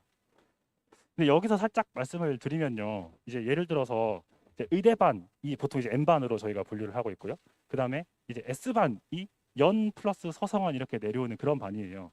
그러면은 이제 나는 의대에 아예 관심이 없는데 그래도 내 아이가 수학을 잘하면 S반인가요? N반인가요? 이런 경우들이 있었던 것 같아요. 사실 시험이 나올 때 의대 시험이라고 무슨 특징적인 그런 게 있는 게 아니거든요. 그냥 난이도가 조금 높아지는 것뿐이지. 네. 뭐 의대니까 이런 주제가 나오고 뭐 공대면은 이런 주제가 안 나오고 그런 게 아니거든요. 반 구성 같은 경우에는 이제 반 선택을 하거나 하신다고 했을 때 이 아이의 실력과 목표에 맞게 그냥 설정한다고 보시면 되는데 어쨌든 그 의대와 막 연대나 뭐 공대가 차이가 있는 게 아니다. 그냥 난이도 차이가 있는 것이다라고 좀 받아들이시면 좋을 것 같습니다. 주제의 차이가 크게 있는 건 아니고요. 네. 그래서 먼저는 이제 논술 준비를 해볼까 아니면 관심이 있어서 당연히 오셨을 텐데 대체 시험이 어떤 건지를 좀 그래도 이야기를 하고 넘어가는 게 좋을 것 같아서 살짝만 말씀드려 보겠습니다. 시험이 어떻게 굴러가는지 조금 말씀을 드리고 어떤 특징이 있어서 어떻게 대비를 하자 이런 느낌. 그래서 한번 쭉 들어보시면 이제 제가 어떤 그런 마음을 가지고 어떤 느낌으로 이제 수업을 추구하는지를 좀 느껴보실 수 있을 것 같습니다. 그래서 먼저는 이제 수시 전형인데 이제 논술이 주가 되는 당연히 시험이고 이제 교과나 비교과가 반영되는 학교들이 몇 있습니다. 그런 식으로 구성이 되고요. 수능 최저도 있는 거고요. 이제 여기에 정리가 되어 있으니 한번 보시면 좋을 것 같고요. 그래서 이제 논술 교과 비교과가 이제 논술 몇 프로, 교과 몇 프로, 비교과 몇 프로 이게 퍼센트로 들어가는 거거든요. 당연히 논술 시험이니까 대충 논술이 한 70에서 80% 정도. 보통은 평균적으로 그렇고 나머지가 이제 내신이나 내신 교과죠. 내신이나 비교과, 출결 봉사 이렇게 들어간다고 보시면 되겠습니다. 그래서 이제 대표적으로 연대 인기 많죠. 연대는 이제 완전 논술 100%만 반영을 합니다. 그래서 교과나 비교 아예 반영이 안 되고요. 경희대도 마찬가지고 그다음 또 인기 있는 중대 같은 경우는 교과 20%, 비교과 10% 이렇게 진행되고 있는 상황입니다. 그래서 논술 시험이 어떻게 구성되는지를 잠깐 말씀을 드리면 처음에 이제 신쌤이 엄청 말씀을 해주셨던 것 같은데 일단 대부분의 학교는 수리 논술만 실시를 해요. 근데 이제 의대 쪽에서 과학 논술이 추가되는 데가 있거든요. 그래서 이제 고민을 할 때 이제 사실 원서는 8, 9월 넘어가야 쓰는 거지만 내가 의대를 쓸지 말지 아니면 쓴다고 했을 때 과학 논술이 있는 데를 쓸지 말지 이런 것들을 좀 미리 고민을 해서 준비를 이거 해야 되는 건지 안 해야 되는 건지 이거를 좀 미리 좀 생각해 볼 필요가 있겠습니다. 네, 그래서 여기는 뭐 이 정도로만 말씀드리고요. 그다음에 특징적으로는 이제 아주대 의대 같은 경우에는 생명과학을 무조건 고르게 돼 있거든요. 다른 학교들은 내가 스스로 선택을 해서 그 과목을 치면 되는 건데 그러니까 가서 랜덤으로 나오는 게 아닙니다. 내가 물리를 골랐으면 물리를 보는 거고요. 생명을 골랐으면 생명을 보는 건데 이제 아주대 같은 경우 되게 독특하죠. 그래서 아주대는 생명과학으로 정해져 있습니다. 조금 더 말씀드리면 여기는 사실 수학이 메인인 그런 의대 시험이 아닙니다. 수학도 나오고 생명 논술도 나오는데 아마 의대 쓰는 친구들이 아마 이 수리 논술 시험을 보면 딴 데보다 훨씬 쉬운데 이거 이런 감상을 받을 거고요. 반대로 의학 논술 이제 생명 논술을 보면 엄청 어렵다. 이런 난이도라고 대충 알고 있습니다. 그래서 주된 경쟁의 포인트는 사실은 이제 수리 논술이 아니면 그런 학교라고 볼 수 있게 특징적이죠. 그다음에 이제 범위가 가장 큰 이슈입니다. 근데 이제 오늘 말씀드릴 대학들은 사실은 이제 준비를 하는 입장에서 미기막에 다 나온다고 보고 준비를 하는 게 맞긴 할 것 같은데 그래도 어떤 학교들은 확통이 좀 빠진다든지 기하가 빠진다든지 아니면 의대이지만 미적만 나온다든지 이런 경우들도 있습니다. 요거를 나중에 이제 고려해서 나중에 시험을 볼 때 이제 지원을 해야 될 텐데 근데 보면요 앞에 아마 그 말씀해 주셨던 것 같은데 여기 이제 미적만 나온다고 해서 그럼 좋은데 하고 이제 여기만 할까 이런 생각이 들 수는 있지만은 미적 안에서 엄청난 난이도로 나오는 그런 상황이 되어버리는 거고요. 반대로 기하나 확통에서 나온다고 하면 사실 이제 미적 선택자들은 당연히 내신으로 했다고 해도 갈아 넣는 식으로 할 필요가 없으니까 어색할 수밖에 없단 말이에요. 그래서 학교에서 낼 때도 그걸 고려해서 객관적인 난이도가 미적보다는 조금 떨어지게는 내지만은 그래도 부담이 되는 거는 사실이긴 할 거예요. 그래서 만약에 기하학통이 나오는 것들을 지원한다고 했을 때 논술 준비를 하면 이제 안 한 친구들보다는 훨씬 더 우위를 점할 수 있지 않을까라고 솔직히 저는 생각을 하거든요. 그래서 저희 선생님들 입장에서도 그런 상황이니까 부담이 되는 건 사실이지만 열심히 해보자 이렇게 좀 흘러가고 있는 상황이라고 볼 수 있겠습니다. 근데 여기는요 이제 앞에 시험 범위가 막 이렇게 다양하게 있는데 그러면 예를 들어 미기학을 낸다고 한 학교에서 사실 이제 이번에 맞이하는 입시가 미기학 체제가 된 이후에 3년 차인데 낸다고 해놓고 안 내면 사실 준비를 안 할까 이런 마음이 들 수 있잖아요. 그래서 한번 정리를 해봤습니다. 근데 이거는 이제 바로 전년도 입시는 아니고요. 그 전년도 입시에서 이제 문제가 발표되었으니까 한번 정리를 해봤는데 전체 대학으로 사실 더 카테고리 늘린 거거든요. 36개 정도 되는. 근데 그 중에서 4군데밖에 없었습니다. 낸다고 했으면 다 내버렸습니다. 그래서 이제 꼭 준비를 다 해야 된다라고 저희 강조를 드리는 부분이다라고 생각해 보시면 될 것 같습니다. 또 이 기조는 근데 이게 기조라고 하기도 뭐한 것 같습니다. 이게 지금 3년 차다 보니까는 뭐 낸다고 했다가 안 낼 수도 있는 거 안 낸다고 낼 수도 있는 거긴 한데 그래도 학교에서 낸다고 했으면은 낸다고 보고 이제 준비를 해야 한다라고 생각을 해야 되지 않을까라고 네, 그렇습니다. 그래서 근데 특징이라고 붙일 것은 아니지만 어쨌든 이제 시험 범위를 봤을 때 보통 대충 끊을 때 건대로 끊는다고 치면 건대 위는 사실 애초에 시험 범위가 미기화기인데 대부분 나오는 상황이니까 준비를 하자 이제 그런 의미입니다. 건대 아래까지 확장을 한다면 애초에 시험 범위 좀 줄어 있으니까 전 범위를 다 해야 돼 이런 생각이 들 수는 있는 거지만은 네 그렇습니다. 교과 부분 살짝 말씀드리면요, 요거는 내신 등급 점수를 환산해서 들어가는 겁니다. 그래서 이제 등급별로 환산 점수가 다 있어요. 학교별로 엄청 다르거든요. 그래서 요거는 이제 나중에 쓰일 때 됐을 때 고민할 때 좀 실질적으로 보면 될 텐데 큰 틀에서 대략 말씀을 드리면 5 밖으로 나가는 등급이 몇 개 없으면은 그러면 크게 신경 안 써도 된다 정도라고 이해하시면 좋을 것 같습니다. 그러니까 그 표의 구조가요, 도대체 되게 작죠. 그러니까 표의 구조가 1부터 대부분 5까지는 되게 조금씩만 떨어져요. 근데 5가 넘어가면 조금 널찍이 이렇게 떨어지기 시작한다 할까요? 그 널찍이 떨어지는 선이 빡센 데는 5부터 시작하는 데도 있고 뭐 널널한 데는 막 8까지 거의 안 떨어지고 이런 데도 있고 뭐 되게 다양하거든요. 대체적으로 보자면 네, 5 정도부터 떨어지기 시작하니까 이게 이제 지원한다고 했을 때 5 밖으로 나가는 게 몇 개 없으면은 그러면 크게 고민하지 말자 정도라고 볼 수 있겠습니다. 그리고 애초에 반영되는 비율 자체가요, 아까 맨 처음에 말씀드린 것처럼 안 반영하는 데도 있지만은 반영을 한다고 해도 제일 많이 반영하는 데가 40%거든요. 여기 이제 숭실대인데요. 제일 많이 반영하면 40%고 보통은 한 20-30% 정도 반영을 하거든요. 네. 그래서 결국에는 사실 애초에 구조 자체가 논술로 이루어져 있는 거긴 한데 그래도 내신의 유불리를 따지자면 5쯤으로 생각을 해보자라고 좀 정리해서 말씀드릴 수 있겠습니다. 이제 비교과입니다. 비교과는 출결과 봉사만 반영을 합니다. 이 부분에 대해서 제가 설명회 하다 보면은 중간중간에 질문 주실 때 출결 봉사 말고 학종처럼 뭐 그 수상식 실적이라든지 이런 거 반영된다고 하던데요. 이런 이야기를 들으신 분이 있었던 것 같아요. 근데 학교에서 명시를 하고 있거든요. 안 본다고. 출결 봉사만 본다고 되어 있거든요. 근데 이제 그 수상과 관련된 부분은 한양대만 조금 이상한 말이 적혀 있긴 합니다. 한양대 뭐 좀 한번 보시면은 이제 비교과 부분을 무슨 대체적으로 평가하겠다 뭐 그런 식의 말이 나와 있긴 한데 사실 한양대는 대표적으로 그냥 논술만 보는 학교 정도로 우리가 인식을 하고 있잖아요. 그래서 학교에서 평가 기준을 명확하게 밝힌 것은 아니지만 전체적으로 본다고는 하지만 그래도 그냥 그 부분은 크게 신경 쓰지 않고 논술 시험만으로 가는 학교다라고 인식할 수 있는 것 같습니다. 그래서 아무튼 비교과는 출결 봉사만 이루어진다. 그렇습니다. 그래서 이제 학교에서도 말하고 있는 부분입니다. 말을 안 하는 것들도 이제 말을 하는 경우들에는 애초에 논술 시험이라는 건 교과 비교과 신경 안 쓰고 여기서 설계를 했으니까 논술 준비하면 된다라고 이제 학교에서도 말을 하고 있는 그런 상황입니다. 전체적으로 정보에 대한 부분은 뭐 이 정도로 가름하고요. 최저도 정보긴 한데 요거는 이제 이제 이 타이밍에 이제 내가 원하는 학교를 이제 수능으로 갈 수 있을지 없을지 대략적인 선을 본다고 했을 때 최저가 어떻게 되는지 살짝 정리를 해봤는데 이거 빨리 넘어가겠습니다. 그래서 한양대, 연대는 없고요. 나머지는 다 있는데 제일 빡빡한 곳이 4합 5입니다. 제일 빡빡한 곳. 이 정보는 사실 다 저희가 그 자료에 있어가지고 이따 보시면 될 것 같은데 4합 5가 제일 빡빡하고요. 4합 6이 그 다음. 대부분의 의대들은 3합 4쯤에 몰려 있다고 보시면 됩니다. 3합 4에 대충 몰려 있고 조금 빡세지면 1 추가 정도, 한 1등급이 더 있어야 된다. 뭐 그런 정도로 보시면 되겠고요. 그리고 이제 그 다음으로 의대에 내려와서 약대라든지 아니면 보통의 이제 일반적인 공대 정도로 내려오면 보통 이제 약대는 3합 5쯤에 몰려 있고요. 보통 학교들은 다른 다수의 학교들은 2합 5에 또 많이 몰려 있습니다. 조금씩 떨어지는 분위기고요. 선은 약간 이런 정도로 느껴보시면 될 것 같습니다. 사실 이 부분도 나중에 8, 9월 가서 원서 쓸 때 좀 더 실제로 고민하겠지만은 이런 정도다 한번 파악해 보시고요. 특징이 뭘까 생각해 보았습니다. 그래서 일단은요 시험이 뭔지를 좀 보는 게 좋을 것 같은데 이거는 이제 저의 마음은 이렇습니다. 수업 진행할 때도 마찬가지고 사실 논술 준비랑 수능 준비랑 같이 하는 거잖아요. 그리고 평소에 공부하는 시간은 수능 준비가 훨씬 많단 말이죠. 그래서 평소 보는 그 공부하는 그 포인트들이 있을 거라서 그거랑 좀 비교를 해가면서 생각을 해볼까 했습니다.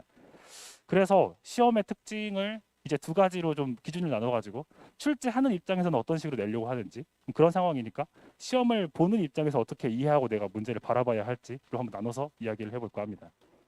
그래서 먼저는요 교수님 입장에서는 보통 내신이라든지 아니면 수능 같은 경우에는 문제당 10점이 넘어가진 않겠죠. 하면 30문제가 나올 수도 있고 뭐 내신 더 조금 나올 수도 있는 거지만 근데 이제 논술은요 큰 덩어리로 보자면 두 개는 잘 없는데 보통 3문제쯤밖에 안 나옵니다. 물론 그 안에 소문제가 있긴 하지만요. 큰 주제가 3개밖에 주어지지가 않습니다. 그렇기 때문에 시험을 보는 입장에선 물론 이 난이도에 전혀 관계없이 학생들 입장에선 최대한 좀 많이 맞추려고 들어갈 수밖에 없단 말이에요. 근데 문제 수가 많지 않아서 이게 잘 안 풀린다고 했을 때 30문제짜리 시험이면 하나쯤은 그냥 하지 말고 딴 거 할까? 이렇게 전략을 취하려는 생각을 할 수도 있는 거지만은 논술은 소문제 하나당 적어도 10점 이상을 차지한단 말이에요.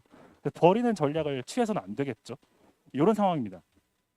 이때 우리가 생각해 볼 만한 부분은 당연하지만 그냥 공부를 열심히 하는 수밖에 없긴 한데 그래도 조금 더 이야기를 해보자면 최대한 문제가 몇 개 안 나오는 상황 속에서 내가 좀 본 문제가 나오면 훨씬 좋으니까 완벽히 똑같진 않겠지만요. 그래서 최대한 평소에 공부를 할 때 좀 다양한 주제를 건드려보는 식으로 공부를 해야겠다라고 생각을 하고 있습니다.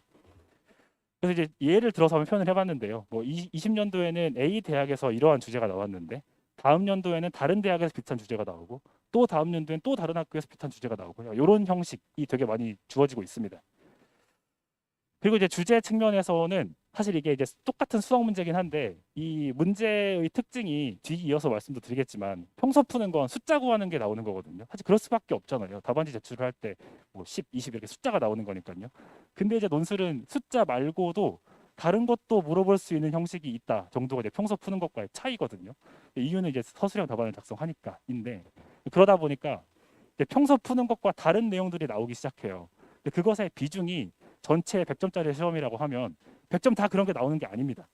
원래 묻던 거를 묻기도 하고 다른 쪽도 묻기도 하고 약간 이런 상황이라고 보시면 될 것 같아요.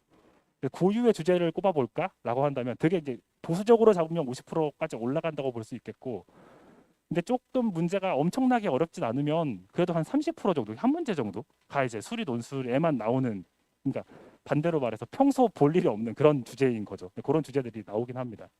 그거에 아무튼 포인트를 맞춰서 준비를 하자라고 좀 볼 수 있겠고요. 네. 그래서 이제 커리를 이런 측면에서 커리를 짤 때도 이제 고민을 해서 좀 짜봤는데요. 그래서 상반기에는 단원별로 진행을 하고 하반기는 이제 단원별로 쭉 훑은 다음에 전략별로 진행을 하고 있는데 상반기의 커리가 이 부분이 선생님별로 엄청 상이한 것 같더라고요. 저의 이제 의견을 말씀드리면 일단 저의 사실 이제 3월 개강을 위한 뭐 설명이긴 하지만은 전체 좀 의견을 말씀드리면 일단 미적분 같은 경우에는 학생마다 편차가 있겠지만 사실 그 2학년 겨울방학 때 되게 빡세게 돌리잖아요. 그 전에는 사실 뭐 하는 건 하는 거지만은 막 수원트 위주로 할 거잖아요. 그렇지만 미적분 비중이 큰 것도 사실이긴 하겠죠. 그래서 그런 상황 고려해서 이제 그냥 1, 2월에는 미적이 안 나오는 건 아니지만 그냥 최대한 수원트 위주로 좀 진행을 했었습니다. 이것의 목적은 사실 욕심을 부리자면 처음부터 미적을 하면 좋죠. 사실 더 최대한 많이 하고 싶으니까 제 입장에서. 그렇지만 이게 실질적으로 도움이 될까 이런 측면에서 생각을 해봤을 때 그래도 미적분을 좀 뒤로 미루는 게 효율적이겠다 싶어가지고 이렇게 구성을 해보았고요. 그리고 이제 3, 4월에 이제 미적분 위주로 갑니다. 그래서 이제 3월 개강반 같은 경우에는 미적분으로 되어 있긴 한데 수원투 내용도 결국 들어올 것 같습니다. 이렇게 이제 4월까지 미적분을 하고요. 그 다음에 중간기말 휴강하고 그 뒤에 이제 기하학통을 섞어가지고 진행하고 이렇게 되고 있습니다.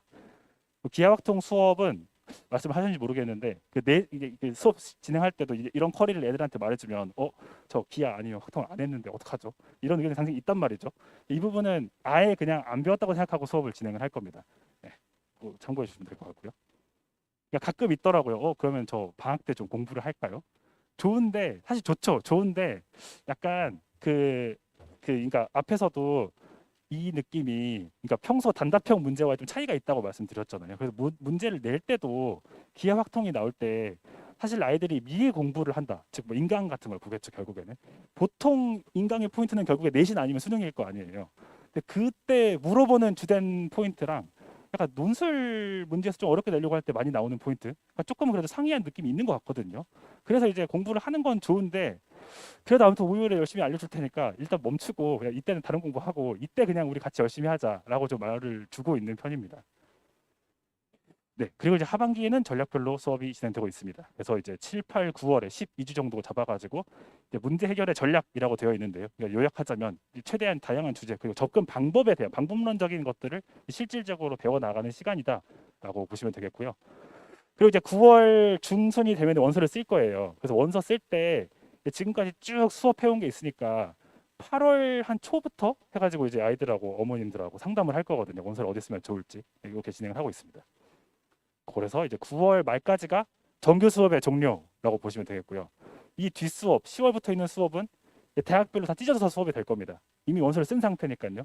하지만 이 수업은 꼭 들어까지는 아니겠죠. 왜냐하면 수능이 가까워졌으니까요. 근데 아이들 중에서 수능이 가까워진 건 맞는데 그래도 저는 논술에 좀 더 투자를 하겠습니다. 이런 친구들을 위해서 수업이 열리고 있습니다.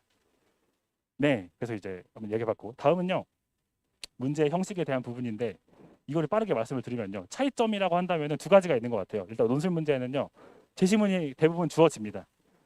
근데 평소 문제는 없거든요. 그런 거. 제시문이 주어진다는 특징이 있고 두 번째는 약간 구조를 파악해야 한다 정도로 좀 내용적으로 말씀드릴 수 있는 것 같아요. 이 부분 좀 말씀을 드리면 그러니까 제시문이 뭐냐면요. 애들이 봤을 때 어떻게 보이냐면 보통은 그냥 딱 문제밖에 없어요. 조건 주고 물어보는 거 있고 이거밖에 없는데 논술 문제 딱 문제를 딱 받아보면 맨 위에 교과서에 적혀 있을 법한 그런 내용이 적혀 있거든요. 뭐 그러니까 말하기도 민망한 그런 수준이에요. 애들 입장에서 이거를 모르면 안 되지. 이런 내용이 적혀 있어요. 근데 그거를 이제 저의 의견은 이런 거예요. 문제를 낸 사람이 써줄 이유가 있을 거 아니에요. 그 측면에 생각을 해보면 문제를 내는 사람 입장에서는 문제를 풀 때 쓰라고 주는 거거든요. 물론 이미 알고 있겠지만요. 그래서 문제를 풀 때도 제시문을 안 보고 사실 뭐 풀 수 있는 것도 좋겠죠. 근데 하지만 줬으니까 문제를 뭔가 푼다고 했을 때 좀 흐름을 잡는 데 힌트로 이용할 필요가 있겠다라고 좀 말씀드릴 수 있는 것 같아요. 근데 이제 이런 경우들도 있는 것 같아요. 제시문이 없어도 풀 수 있는 거 있어야 되는 거 아니에요? 맞는데 이게 이제 시험을 보러 갔을 때 아주 최대한 빨리 풀어가지고 점수를 아무튼 얻어내는 것이 우리의 목적인 거잖아요. 사실은 실력 높이는 것도 맞는 거지만 그런 측면에서 봤을 때는 제시문이 있다면 이용을 하는 것이 옳겠죠. 그래서 이런 느낌을 이제 또 수업 시간에 연습을 시키고 있고요. 그래서 요거는 그냥 정리를 해본 겁니다. 그래서 예를 들어 문제에 이런 식으로 첫 시작할 때 이런 내용들이 있으면은 써야 되는데 언젠가 쓸 텐데 이런 생각을 가지면서 문제를 보자라고 항상 강조를 한다는 거죠. 내용적인 거라서 빨리 넘어가면 뭐 이런 느낌입니다. 그래서 가와 다는 애들이 교과서에서 분명히 항상 봤을 거예요. 그래서 보자마자 이거 뭐 있는 거지 하는데 중간에 있는 건 개념적인 게 아니었거든요. 그럼 이제 잠깐만 이거 분명히 쓸 텐데 이거 뭐지? 약간 이렇게 좀 이상하다는 걸 느껴야 되거든요. 근데 이게 지금 단계에서는 지금 단계를 하면 이제 논술 준비 초기 단계에서는 이게 말하면 당연히 다 알죠. 아는데 이 문제를 풀 때 입장에서는 그게 좀 와닿지 않는 것 같아요. 왜냐면 평소에 그렇게 풀 필요가 없거든요. 근데 그 부분을 아무튼 최대한 집중적으로 연습을 시켜서 이해하니까 이렇게 하자라고 계속 진행을 하고 있습니다. 그리고 구조를 파악한다는 건요. 어떤 상황인 거냐면요. 사실 이과 문제, 수학 문제를 항상 이렇게 생겼어요. 조건 주고 뭐 되니? 라고 물어보는 건데 이게 이제 평소 풀던 거에 비해서 생각해보세요. 평소 푸는 건 30문제니까 이 중간에 흐름이 엄청 긴 걸 낼 수가 없어요. 왜냐면 30문제니까 그렇게 낼 필요도 없는 거고요. 근데 논술은 몇 개 안 된다 그랬잖아요. 훨씬 적다 그랬잖아요. 평소 푸는 거에 비해서 길어요. 푸는 거에 비해서. 그래서 문제를 풀 때도 이거 보자마자 풀 생각을 하면 안 되고 보자마자 풀이를 고안할 생각을 하지 말고 문제가 어려워서 잘 안 보일 테니까 이거 주면 보통 이런 거 하던데 살짝 와보고 그 다음 게 잘 안 되면 끊고 이거 물어보면 보통 이렇게 했었는데 그거 살짝 오고 살짝 이런 식으로 연습을 해야 된다는 거죠. 네, 이 부분도 너무 당연한 것이지만 평소에 이런 형식의 문제가 더 자주 안 나오는 편이니까 이런 상황이니까 이해하고 우리 연습하자라고 또 진행하고 있고요. 네, 여기는 빨리 넘어가겠습니다. 증명 문제가 나온다는 게 이제 논술 준비할 때 되게 어색하고 어려운 부분인데 걔는 또 어떻게 볼까에 대한 부분인데 네, 이거는 너무 내용적인 거라서 넘기겠습니다. 네, 그 다음은 서술형 답안이죠. 그래서 또 이것도 차이가 있습니다. 그래서 결국 해야 될 건 이건 연습인 것 같아요. 그러니까 평소 풀 때도 이게 누군가한테 보여줄 일이 없어서 그렇지 없어서 쓸 일이 없었을 거 아니에요. 그러니까 이제 수업할 때 우리 쓰는 연습 좀 하자 해가지고 중간중간에 시험을 볼 때 서술형 답안 작성을 연습을 하고 있고요. 그다음에 과제도 나가고 있습니다. 근데 과제는 특별히 새로운 문제가 부여되는 게 절대 아니고요. 했던 거나 다시 똑바로 하자 다시 약간 이런 분위기입니다. 네.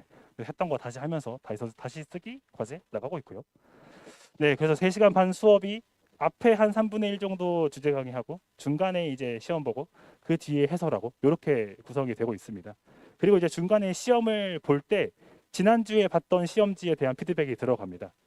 네, 그러니까 이 첨삭의 시간이 결국에는 모르겠어요. 제 생각에는 아이들이 공부를 소화를 해나가는 데 있어서 되게 중요한 시간이라고 생각을 해요. 왜냐하면 1대1로 불러가지고 서로 이제 이야기를 나누는 거니까 뭐 잘 알고 있는 건 뭔지 아니면 뭐 내용적인 것도 마찬가지지만 요즘에 뭐 마음은 잡고 있는지 뭐 이런 다양한 이런저런 이야기 나눌 수 있는 시간이거든요. 이 시간에 이제 집중적으로 각자 첨삭에 들어간다고 보시면 되겠고요. 그리고 이제 원서 쓸 때도 요 시간이 결국에는 되게 소중한 그 밑거름이 된다고 볼 수 있는 것 같습니다. 아이의 성향을 파악할 수 있는 거니까요.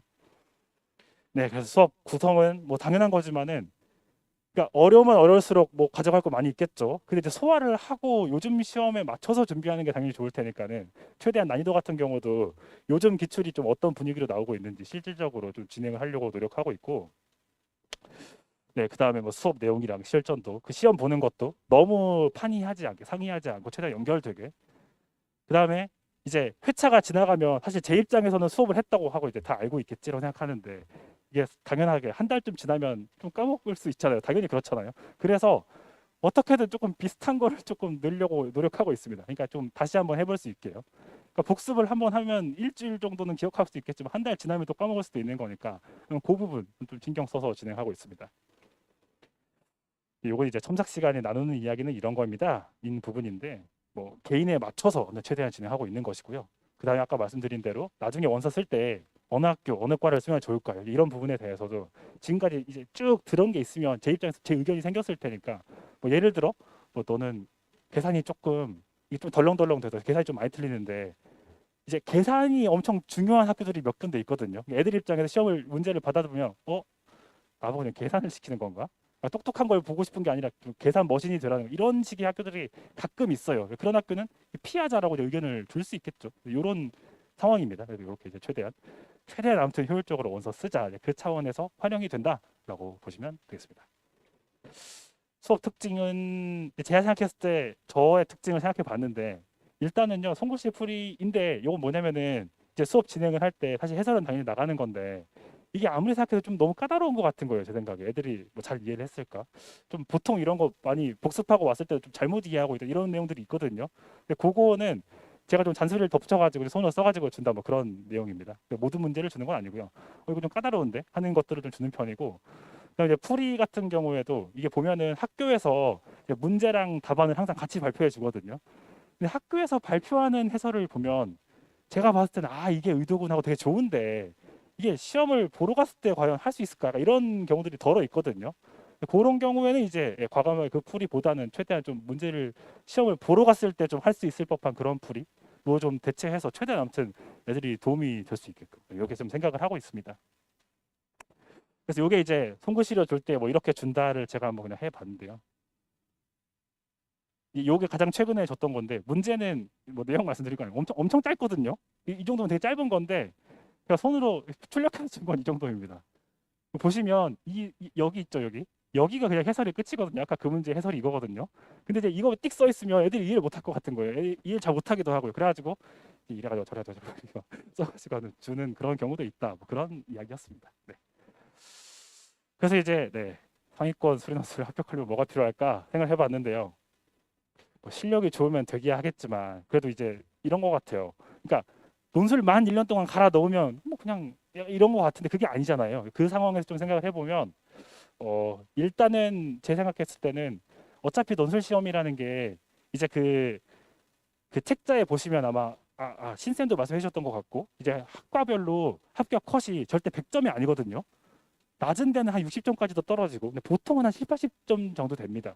100점으로 가는 시험이 아니다라는 측면에서 봤을 때 일단 뭐 당연한 거긴 하지만 남보다는 그래도 잘할 수 있도록 최대한 치열하게 노력해서 준비 안 하는 친구들보다는 확실히 우위를 점할 수 있게 이렇게 좀 포인트를 잡고 공부를 해 나가는 것이 이 뭔가 애들 입장에서는 투자라고 생각되는 그 논술 공부를 좀 더 적극적으로 할 수 있는 그런 동력이 되지 않을까라고 생각을 하는데요. 그래서 되게 어려운 시험 문제다라고 했을 때는 두 가지쯤으로 정리할 수 있는 것 같아요. 하나는 아까 살짝 말씀드린 것처럼 계산이 너무 막 이런 학교들이 분명히 있거든요. 물론 안 그랬으면 좋겠는데 분명히 있단 말이에요. 그래서 이제 애들 입장에서는 되게 꼼꼼한 친구들은 사실 계산하는 걸 두려워하지 않는데 가끔 이제 이렇게 팔짱 끼고 문제 고민하는 걸 좋아하는 친구들 있잖아요. 그런 친구들은 아마 되게 이게 뭐야 좀 안 하고 싶어 이런 경우들이 있을 수 있거든요. 하지만 그런 면들이 되게 많이 나오는 편이니까 뭐가 준비를 쭉 해나간다고 했을 때 평소에 수학 공부죠. 평소에 수학 공부를 할 때 아무리 더럽고 무거운 계산 같은 걸 하더라도 그래 물어봤으니까 내가 해줄게 하고 좀 해나가는 약간 자기를 믿고 해나가는 거죠. 그래서 숫자가 아무리 더러워도 그냥 물어봤으니까 해주지 뭐. 이런 약간 자기를 믿고 나가는 그런 지구력 느낌이랄까요. 이런 게 일단은 조금 제일 크게 필요한 것 같고요. 그 다음에는 이제 실력적인 부분. 뭘 물어보고 싶은 건지 결론이 나오려면 어떻게 구조를 짜야 되는 건지 이런 것들을 좀 연습해 나가야겠다라고 좀 정리해 드릴 수 있는 것 같습니다. 네, 그래서 이제 이런 것 같아요. 어떤 친구들이 준비를 하면 좋을까요? 근데 물론 이제 필요한 친구들이 하는 것도 맞는데 좀 이제 맞는 성향이랄까요? 그런 측면에서 생각을 해봤을 때 제 생각에는 이제 뭔가 문제가 안 풀려도 이렇게도 해보고 저렇게도 해보고 안 되면 에이씨 그냥 딴 거나 하자. 이 분위기보다는 이렇게도 해보고 안 되네. 그럼 좀 이따가 다른 게 해보고 이 해보다가 아 풀었다. 약간 이렇게 했을 때 되게 좋아하는 친구들이 있잖아요. 그런 친구들이 약간 잘 맞아 하는 것 같아요. 이런 수리 논술 형식의 문제들을. 네. 그래서 이제 네. 저의 수업하는 느낌으로 이런 식으로 끌고 가서 최대한 뭘 물어보고 싶은 걸까? 이런 측면에서 좀 집중을 해가지고 애들한테 수업을 진행을 해서 최대한 이제 생각하는 힘을 길러서 이제 아무튼 문제를 잘 풀 수 있도록 네, 이렇게 만들어 드리겠습니다. 그래서 수업 진행은요. 일단은 요 아래 Y반, S반, SH반이 이미 진행되고 있는 반이고 이제 요 M반 의학계열 반이 이제 3월에 오전 시간에 개강되는 반이고요. 그 다음에 뭐 또 하나의 특징이라고 한다면 아마 다른 선생님도 있었던 것 같은데 정원은 10명 아래로 유지하려고 계획하고 있습니다. 이거의 이유는 그런 것 같아요. 이거 첨삭을 해주고 싶은데 이게 10명이 넘어가면 약간 좀 그렇더라고요. 그러니까 저도 마음이 급하고요. 애들도 근데 알거든요. 이게 시스템이 어떻게 돌아가는지. 그래서 약간 애들도 가끔 있어요.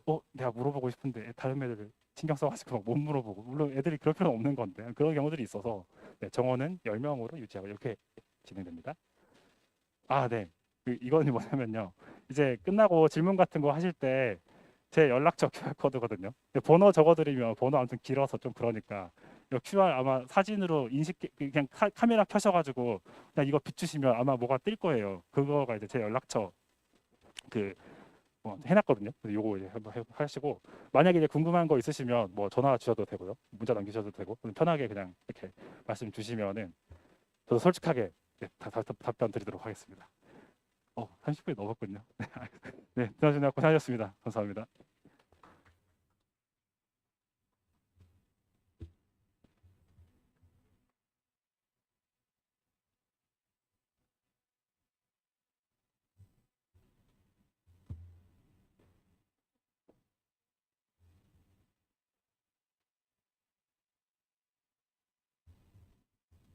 네, 이제 이어서 히파티아 김지은 선생님 논술 설명회 진행하실 거고요.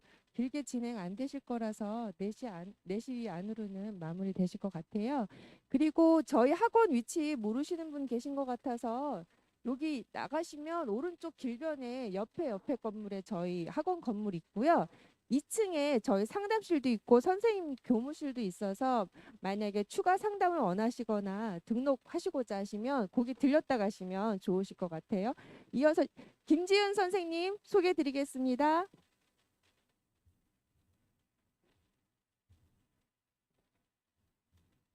안녕하세요. 네, 반갑습니다. 교과서 핵심 개념으로 완성하는 수련술 김지은입니다. 앉아 계시기 좀 힘드시죠? 네, 최대한 앞에서 이제 선생님들께서 말씀하셨던 좀 겹치는 부분들은 빼고요. 최대한 어머님께서 이제 좀 듣고 싶은 부분들에 대해서 말씀을 드리려고 합니다. 저는 잠시만요. 그러니까 어떤 친구들이 그래서 어떻게 준비를 해서 수련술로 합격을 하는지 이제 이런 부분들에 대해서 말씀을 드리려고 해요. 그러니까 어떤 친구들이 이제 준비를 해야 되냐?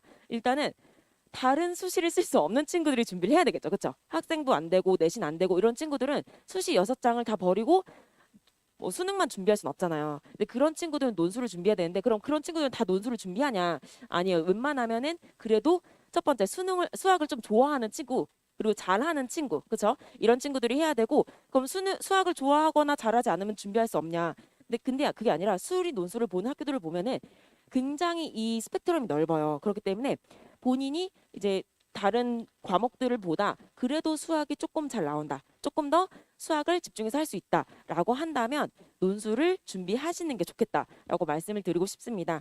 저는요 오늘 작년에 제 수업을 듣고 그래서 올해 합격을 했던 그리고 합격 수기를 이제 제출해준 그런 친구들의 사례를 가지고 좀 어떻게 대비를 하는 게 좋을지에 대해서 말씀을 드려보려고 해요. 첫 번째로는요, 정확한 개념을 숙지해야 됩니다. 이제 숙지라는 게 뭐냐면 이해하고 암기해서 내 머릿속에서 넣었다 뺐다 할 수 있다. 이게 지금 숙지거든요. 근데 친구들이 수능을 많이 계속 준비를 하다 보면 어떻게 문제를 푸냐면 그냥 이런 문제는 이렇게 푸는 거야. 저런 문제는 저렇게 푸는 거야. 이렇게 자꾸 문제를 풀어요. 유형별로 문제를 풀거든요. 그러니까 와서 친구들이 수업을 해서 보면은 선생님 이런 문제는 원래 판별식 D는 0보다 작고 나왔다. 이렇게 해서 푸는 거예요. 이렇게 얘기를 해요. 왜? 몰라요. 그렇기 때문에 이 친구들이 왜 그렇게 문제를 풀어야 되는지 이제 정확한 개념을 제가 설명을 해주고 이런 게 사실은 수능에도 논술에도 다 도움이 되죠. 이 친구 같은 경우는 내신은 3.6이고 수능이 3, 2, 4, 1, 2 이렇게 나왔고 이제 중앙대 기계공학과에 올해 합격을 한 친구인데 이 친구가 합격 수기에서 써줬던 얘기 중에 이제 한 부분을 제가 가지고 왔는데 뭐라고 했냐면 논술 전형과 수능 수학의 개념은 대부분 같고 그다음에 여러 번의 기회가 있다는 장점이 있기 때문에 논술 전형은 정시를 준비하는 수험생들의 필수적인 전략이라고 생각합니다. 라고 얘기했는데 일단 첫 번째 멘트는 너무 당연하지 않아요? 수능 수학의 개념과 논술 전형의 수학의 개념이 대부분 같다는데 이건 전 세계적으로 당연히 똑같죠. 수학은 똑같아요. 그리고 출제하는 거를 생각해 보면은 교과 과정 안에서 둘 다 출제해요. 수능이나 논술이나 교과 과정에서 출제하기 때문에 서로 다른 시험이 아닙니다. 아닌데 단지 교과 과정 안에서 어느 부분을 어떻게 출제할 거냐, 어떻게 물어볼 거냐 이게 다른 것뿐이에요. 그렇기 때문에 결국은 이제 당연히 개념이 똑같죠. 그래서 개념을 정확하게 숙지를 하고 문제를 푸는 것이 중요합니다. 자, 두 번째로는요. 개념을 알았으면 이제 어떻게 나온지 유형을 파악을 해야 되겠죠. 근데 이 친구는 수능이 523, 559 이제 경희대, 건국대, 한양대, 에리카 이렇게 이제 합격을 했고요. 보시면 제 브로셔에 이제 어머님하고 보냈던 이제 문자 내역인데 그 친구예요. 그래서 이 친구 같은 경우는 사실 이제 수능을 끝까지 얘기하지 않았고 내신 성적도 저한테 얘기해주지 않았는데 어머니께서 몰래 이건 비밀이에요 이렇게 하면서 절대로 말씀하시면 안 돼요 이렇게 하면서 이제 수능 성적을 알려주셨는데 경희대하고 건국대 같은 경우가 수능 최저가 2합 5예요. 그래서 지금 수학하고 영어로 두 개로 겨우 얘를 맞추고 나머지 이제 포트폴리오를 보시면 아시겠지만 근데 쟤는 왜 경희대부터 한양대 에리카까지 저렇게 썼지? 이렇게 생각을 좀 하실 수 있을 것 같아요. 왜냐면 이 친구는 수능 최저를 못 맞출까 봐 수능 최저가 없는 학교도 같이 써서 이렇게 된 거예요. 그래서 수능 최저가 있는 학교와 수능 최저 없는 학교랑 그다음에 이제 그 문자 내역을 보시면 아시겠지만 아주대도 예비 8번까지는 받았고 그 뒤에는 사실 물어보지 않았어요. 왜냐면 안 갈 거니까 어차피 아주대를 가지 않을 거기 때문에 제가 물어보진 않았는데 이렇게 이제 합격을 한 친구고요. 이 친구가 했던 얘기 중에 하나는 각 학교의 문제 스타일과 난이도, 형식들을 미리 알고 배울 수 있어서 큰 도움이 되었다. 이제 이렇게 얘기를 했습니다. 세 번째로는 그러면 이제 실전 모의 논술을 통해서 실전 감각을 익혀야겠죠. 정해진 시간 안에서 내가 이 문제를 어떻게 풀어낼 건지, 어디까지 풀고 막히는 문제가 있을 때 어떻게 할 건지, 어떻게 풀 건지 이런 것들을 계속 이제 연습을 해봐야 되잖아요. 그래서 이 친구 같은 경우는 내신 3.3이고 수능은 53366. 세종대를 붙은 친구인데 이 친구는 제가 이제 기억이 나요. 이 친구가 제가 이제 대면 첨삭을 할 때요. 근데 그 친구한테 어떻게 서술을 해야 되는지, 어떤 게 틀렸는지, 왜 틀렸는지 이런 걸 설명하기도 하지만 또 어떤 부분을 하냐면 그 친구의 좀 멘탈 관리도 같이 해줘요. 왜냐면 친구들이 1년 동안 같이 하다 보면 슬럼프가 옵니다. 힘들어 하고요. 그리고 내가 막 이게 찬바람 불잖아요. 그러면 내가 지금 이거 할 때가 맞나? 나 수능에 지금 올인해야 되지 않나? 자꾸 이렇게 좀 불안해하고 하는데 이 친구가 굉장히 항상 우울했어요. 왜냐면 시험을 보면은 매 시험이 평균보다 자기 성적이 평균보다 높았던 적이 별로 없어서 항상 이제 누구야 이렇게 부르면 그냥 힘없이 이렇게 와서 네 이렇게 앉고 너무 항상 마음이 짠했기 때문에 제가 항상 이렇게 격려하고 좀 독려하면서 이제 끌고 갔던 친구였는데 이 친구가 이제 합격 수기를 보냈을 때 제가 약간 진짜 코끝이 좀 찡했어요. 왜냐면 이건 이제 어머님들께도 말씀을 드리고 싶고 나중에 이제 학생들에게도 좀 보여주고 싶은 합격 수기였는데 이 친구 멘트 중에 어떤 게 있었냐면 초반에는 매번 시험을 보고 첨삭을 받고 오답을 하는 것이 스트레스였고 부담이 되었습니다. 논술 유형이나 풀이 작성이 익숙하지 않아서 나의 답안지 점수를 다시 보면 자책하게 되고 논술 실력이 늘지 않는 것 같아 하원길에 많이 울기도 했습니다. 이 얘기를 딱 듣는데 너무 막 마음이 아픈 거죠. 근데 하지만 결국 얘는 합격했잖아요. 그쵸? 그러니까 얼마나 다 기분이 좋아요? 그 전에 자기가 했던 고생들이 다 좋았던 것 같아. 이제 진짜 행복하잖아요. 그러니까 매주 모의 논술을 반복하니 실제 시험장에서 논술 시험을 치를 때 긴장하지 않았던 걸 보면 그저 하나의 훈련이라고 생각합니다. 이제 와서는 이렇게 얘기할 수 있지만 사실은 그 1년 동안은 굉장히 괴롭고 힘들어했습니다. 그리고 친구들이 새로운 이제 개념들을 새로운 지식을 머리에 넣는 게 사실 얼마나 괴로운 일이에요, 어머님들. 그렇죠? 그러니까 이 친구들이 너무 힘들고 괴로운 시간들을 이제 보내고 있기 때문에 매주 이제 성적 문자를 발송해 드릴 때 너무 학생들을 다그치지 않았으면 좋겠어요. 최대한 이제 어차피 제가 다 격려할 땐 격려하고 좀 끌고 갈 때는 좀 휘어잡으면서 끌고 가고 하기 때문에 어머님들께서는 최대한 이제 격려하고 그래 다 힘들다고 하더라 선생님께도 말씀드렸는데 원래 그런 거더라 이렇게 조금 격려하면서 말씀을 해주시면 좋을 것 같습니다. 네 번째로는요 서술하는 연습이 필요하죠. 결국은 이제 좀 노안이신 그쵸? 노안이 이제 우리 교수님들께서 채점을 해야 되기 때문에 교수님들이 알아볼 수 있게 시간 안에 논리적으로 서술을 해야 돼요. 그래서 이 친구 같은 경우는 내신 3.5에 수능은 이제 52333 합격 대학은 홍대 수학교육과를 갔고요. 한양대 수학과는 예비 1번을 받았는데 끝까지 이제 예비가 빠지지 않아서 가지를 못했습니다. 이 친구 같은 경우는 제가 상담할 때도 수학교육과 쓰지 말라고 했어요. 왜냐면 논술 전형이라는 게 수학 하나로 가잖아요. 그죠? 그럼 수학이 미친 애들이 진짜 많아요. 그런 애들은 어떤 과를 쓰냐면 수학과, 수학교육과, 물리과 이런 데를 쓰기 때문에 이 세 개 과는 쓰지 말라 그럽니다. 저는 특히나 한양대 같은 경우는 수능 최저 높죠. 그러니까 애들이 다 너무 많이 써요. 누구나 쓰는 대학교예요. 그래서 절대 쓰지 말라고 했지만 그 친구가 선생님 저는 근데 수학교육과가 아니면 의미가 없어요. 뭐라고 어떻게 해요? 의미가 없다는데 그럼 써라. 근데 우리는 그러면 홍대 수학과에 집중하고 한양대는 우주 상향이라고 생각하고서 그냥 버리는데 너가 그래도 최선을 다하자라고 했는데 차라리 그냥 너무 안 나왔으면 좋았을 텐데 예비 1번이었어요. 그래서 진짜 끝까지 마음을 졸였는데 너무 안타깝게 이제 예비가 빠지지 않았었고 이 친구가 이제 했던 말 중에서는 첨삭 과정에서도 저한테 이제 과외 느낌으로 몇 가지 알려주신 것이 있는데 그게 이제 아주 큰 도움을 받았습니다. 뭐 중간에 생략하고 이는 결국 논술 시험장에서도 이제 많이 도움이 됐다 이런 얘기를 해주었습니다. 5번째로는요 반복 학습을 해야 돼요. 논술은요 예습보다 복습이 중요해요. 그래서 어떻게 내가 이제 풀었던 거를 다시 한번 복기하는 거 이게 굉장히 중요하고요.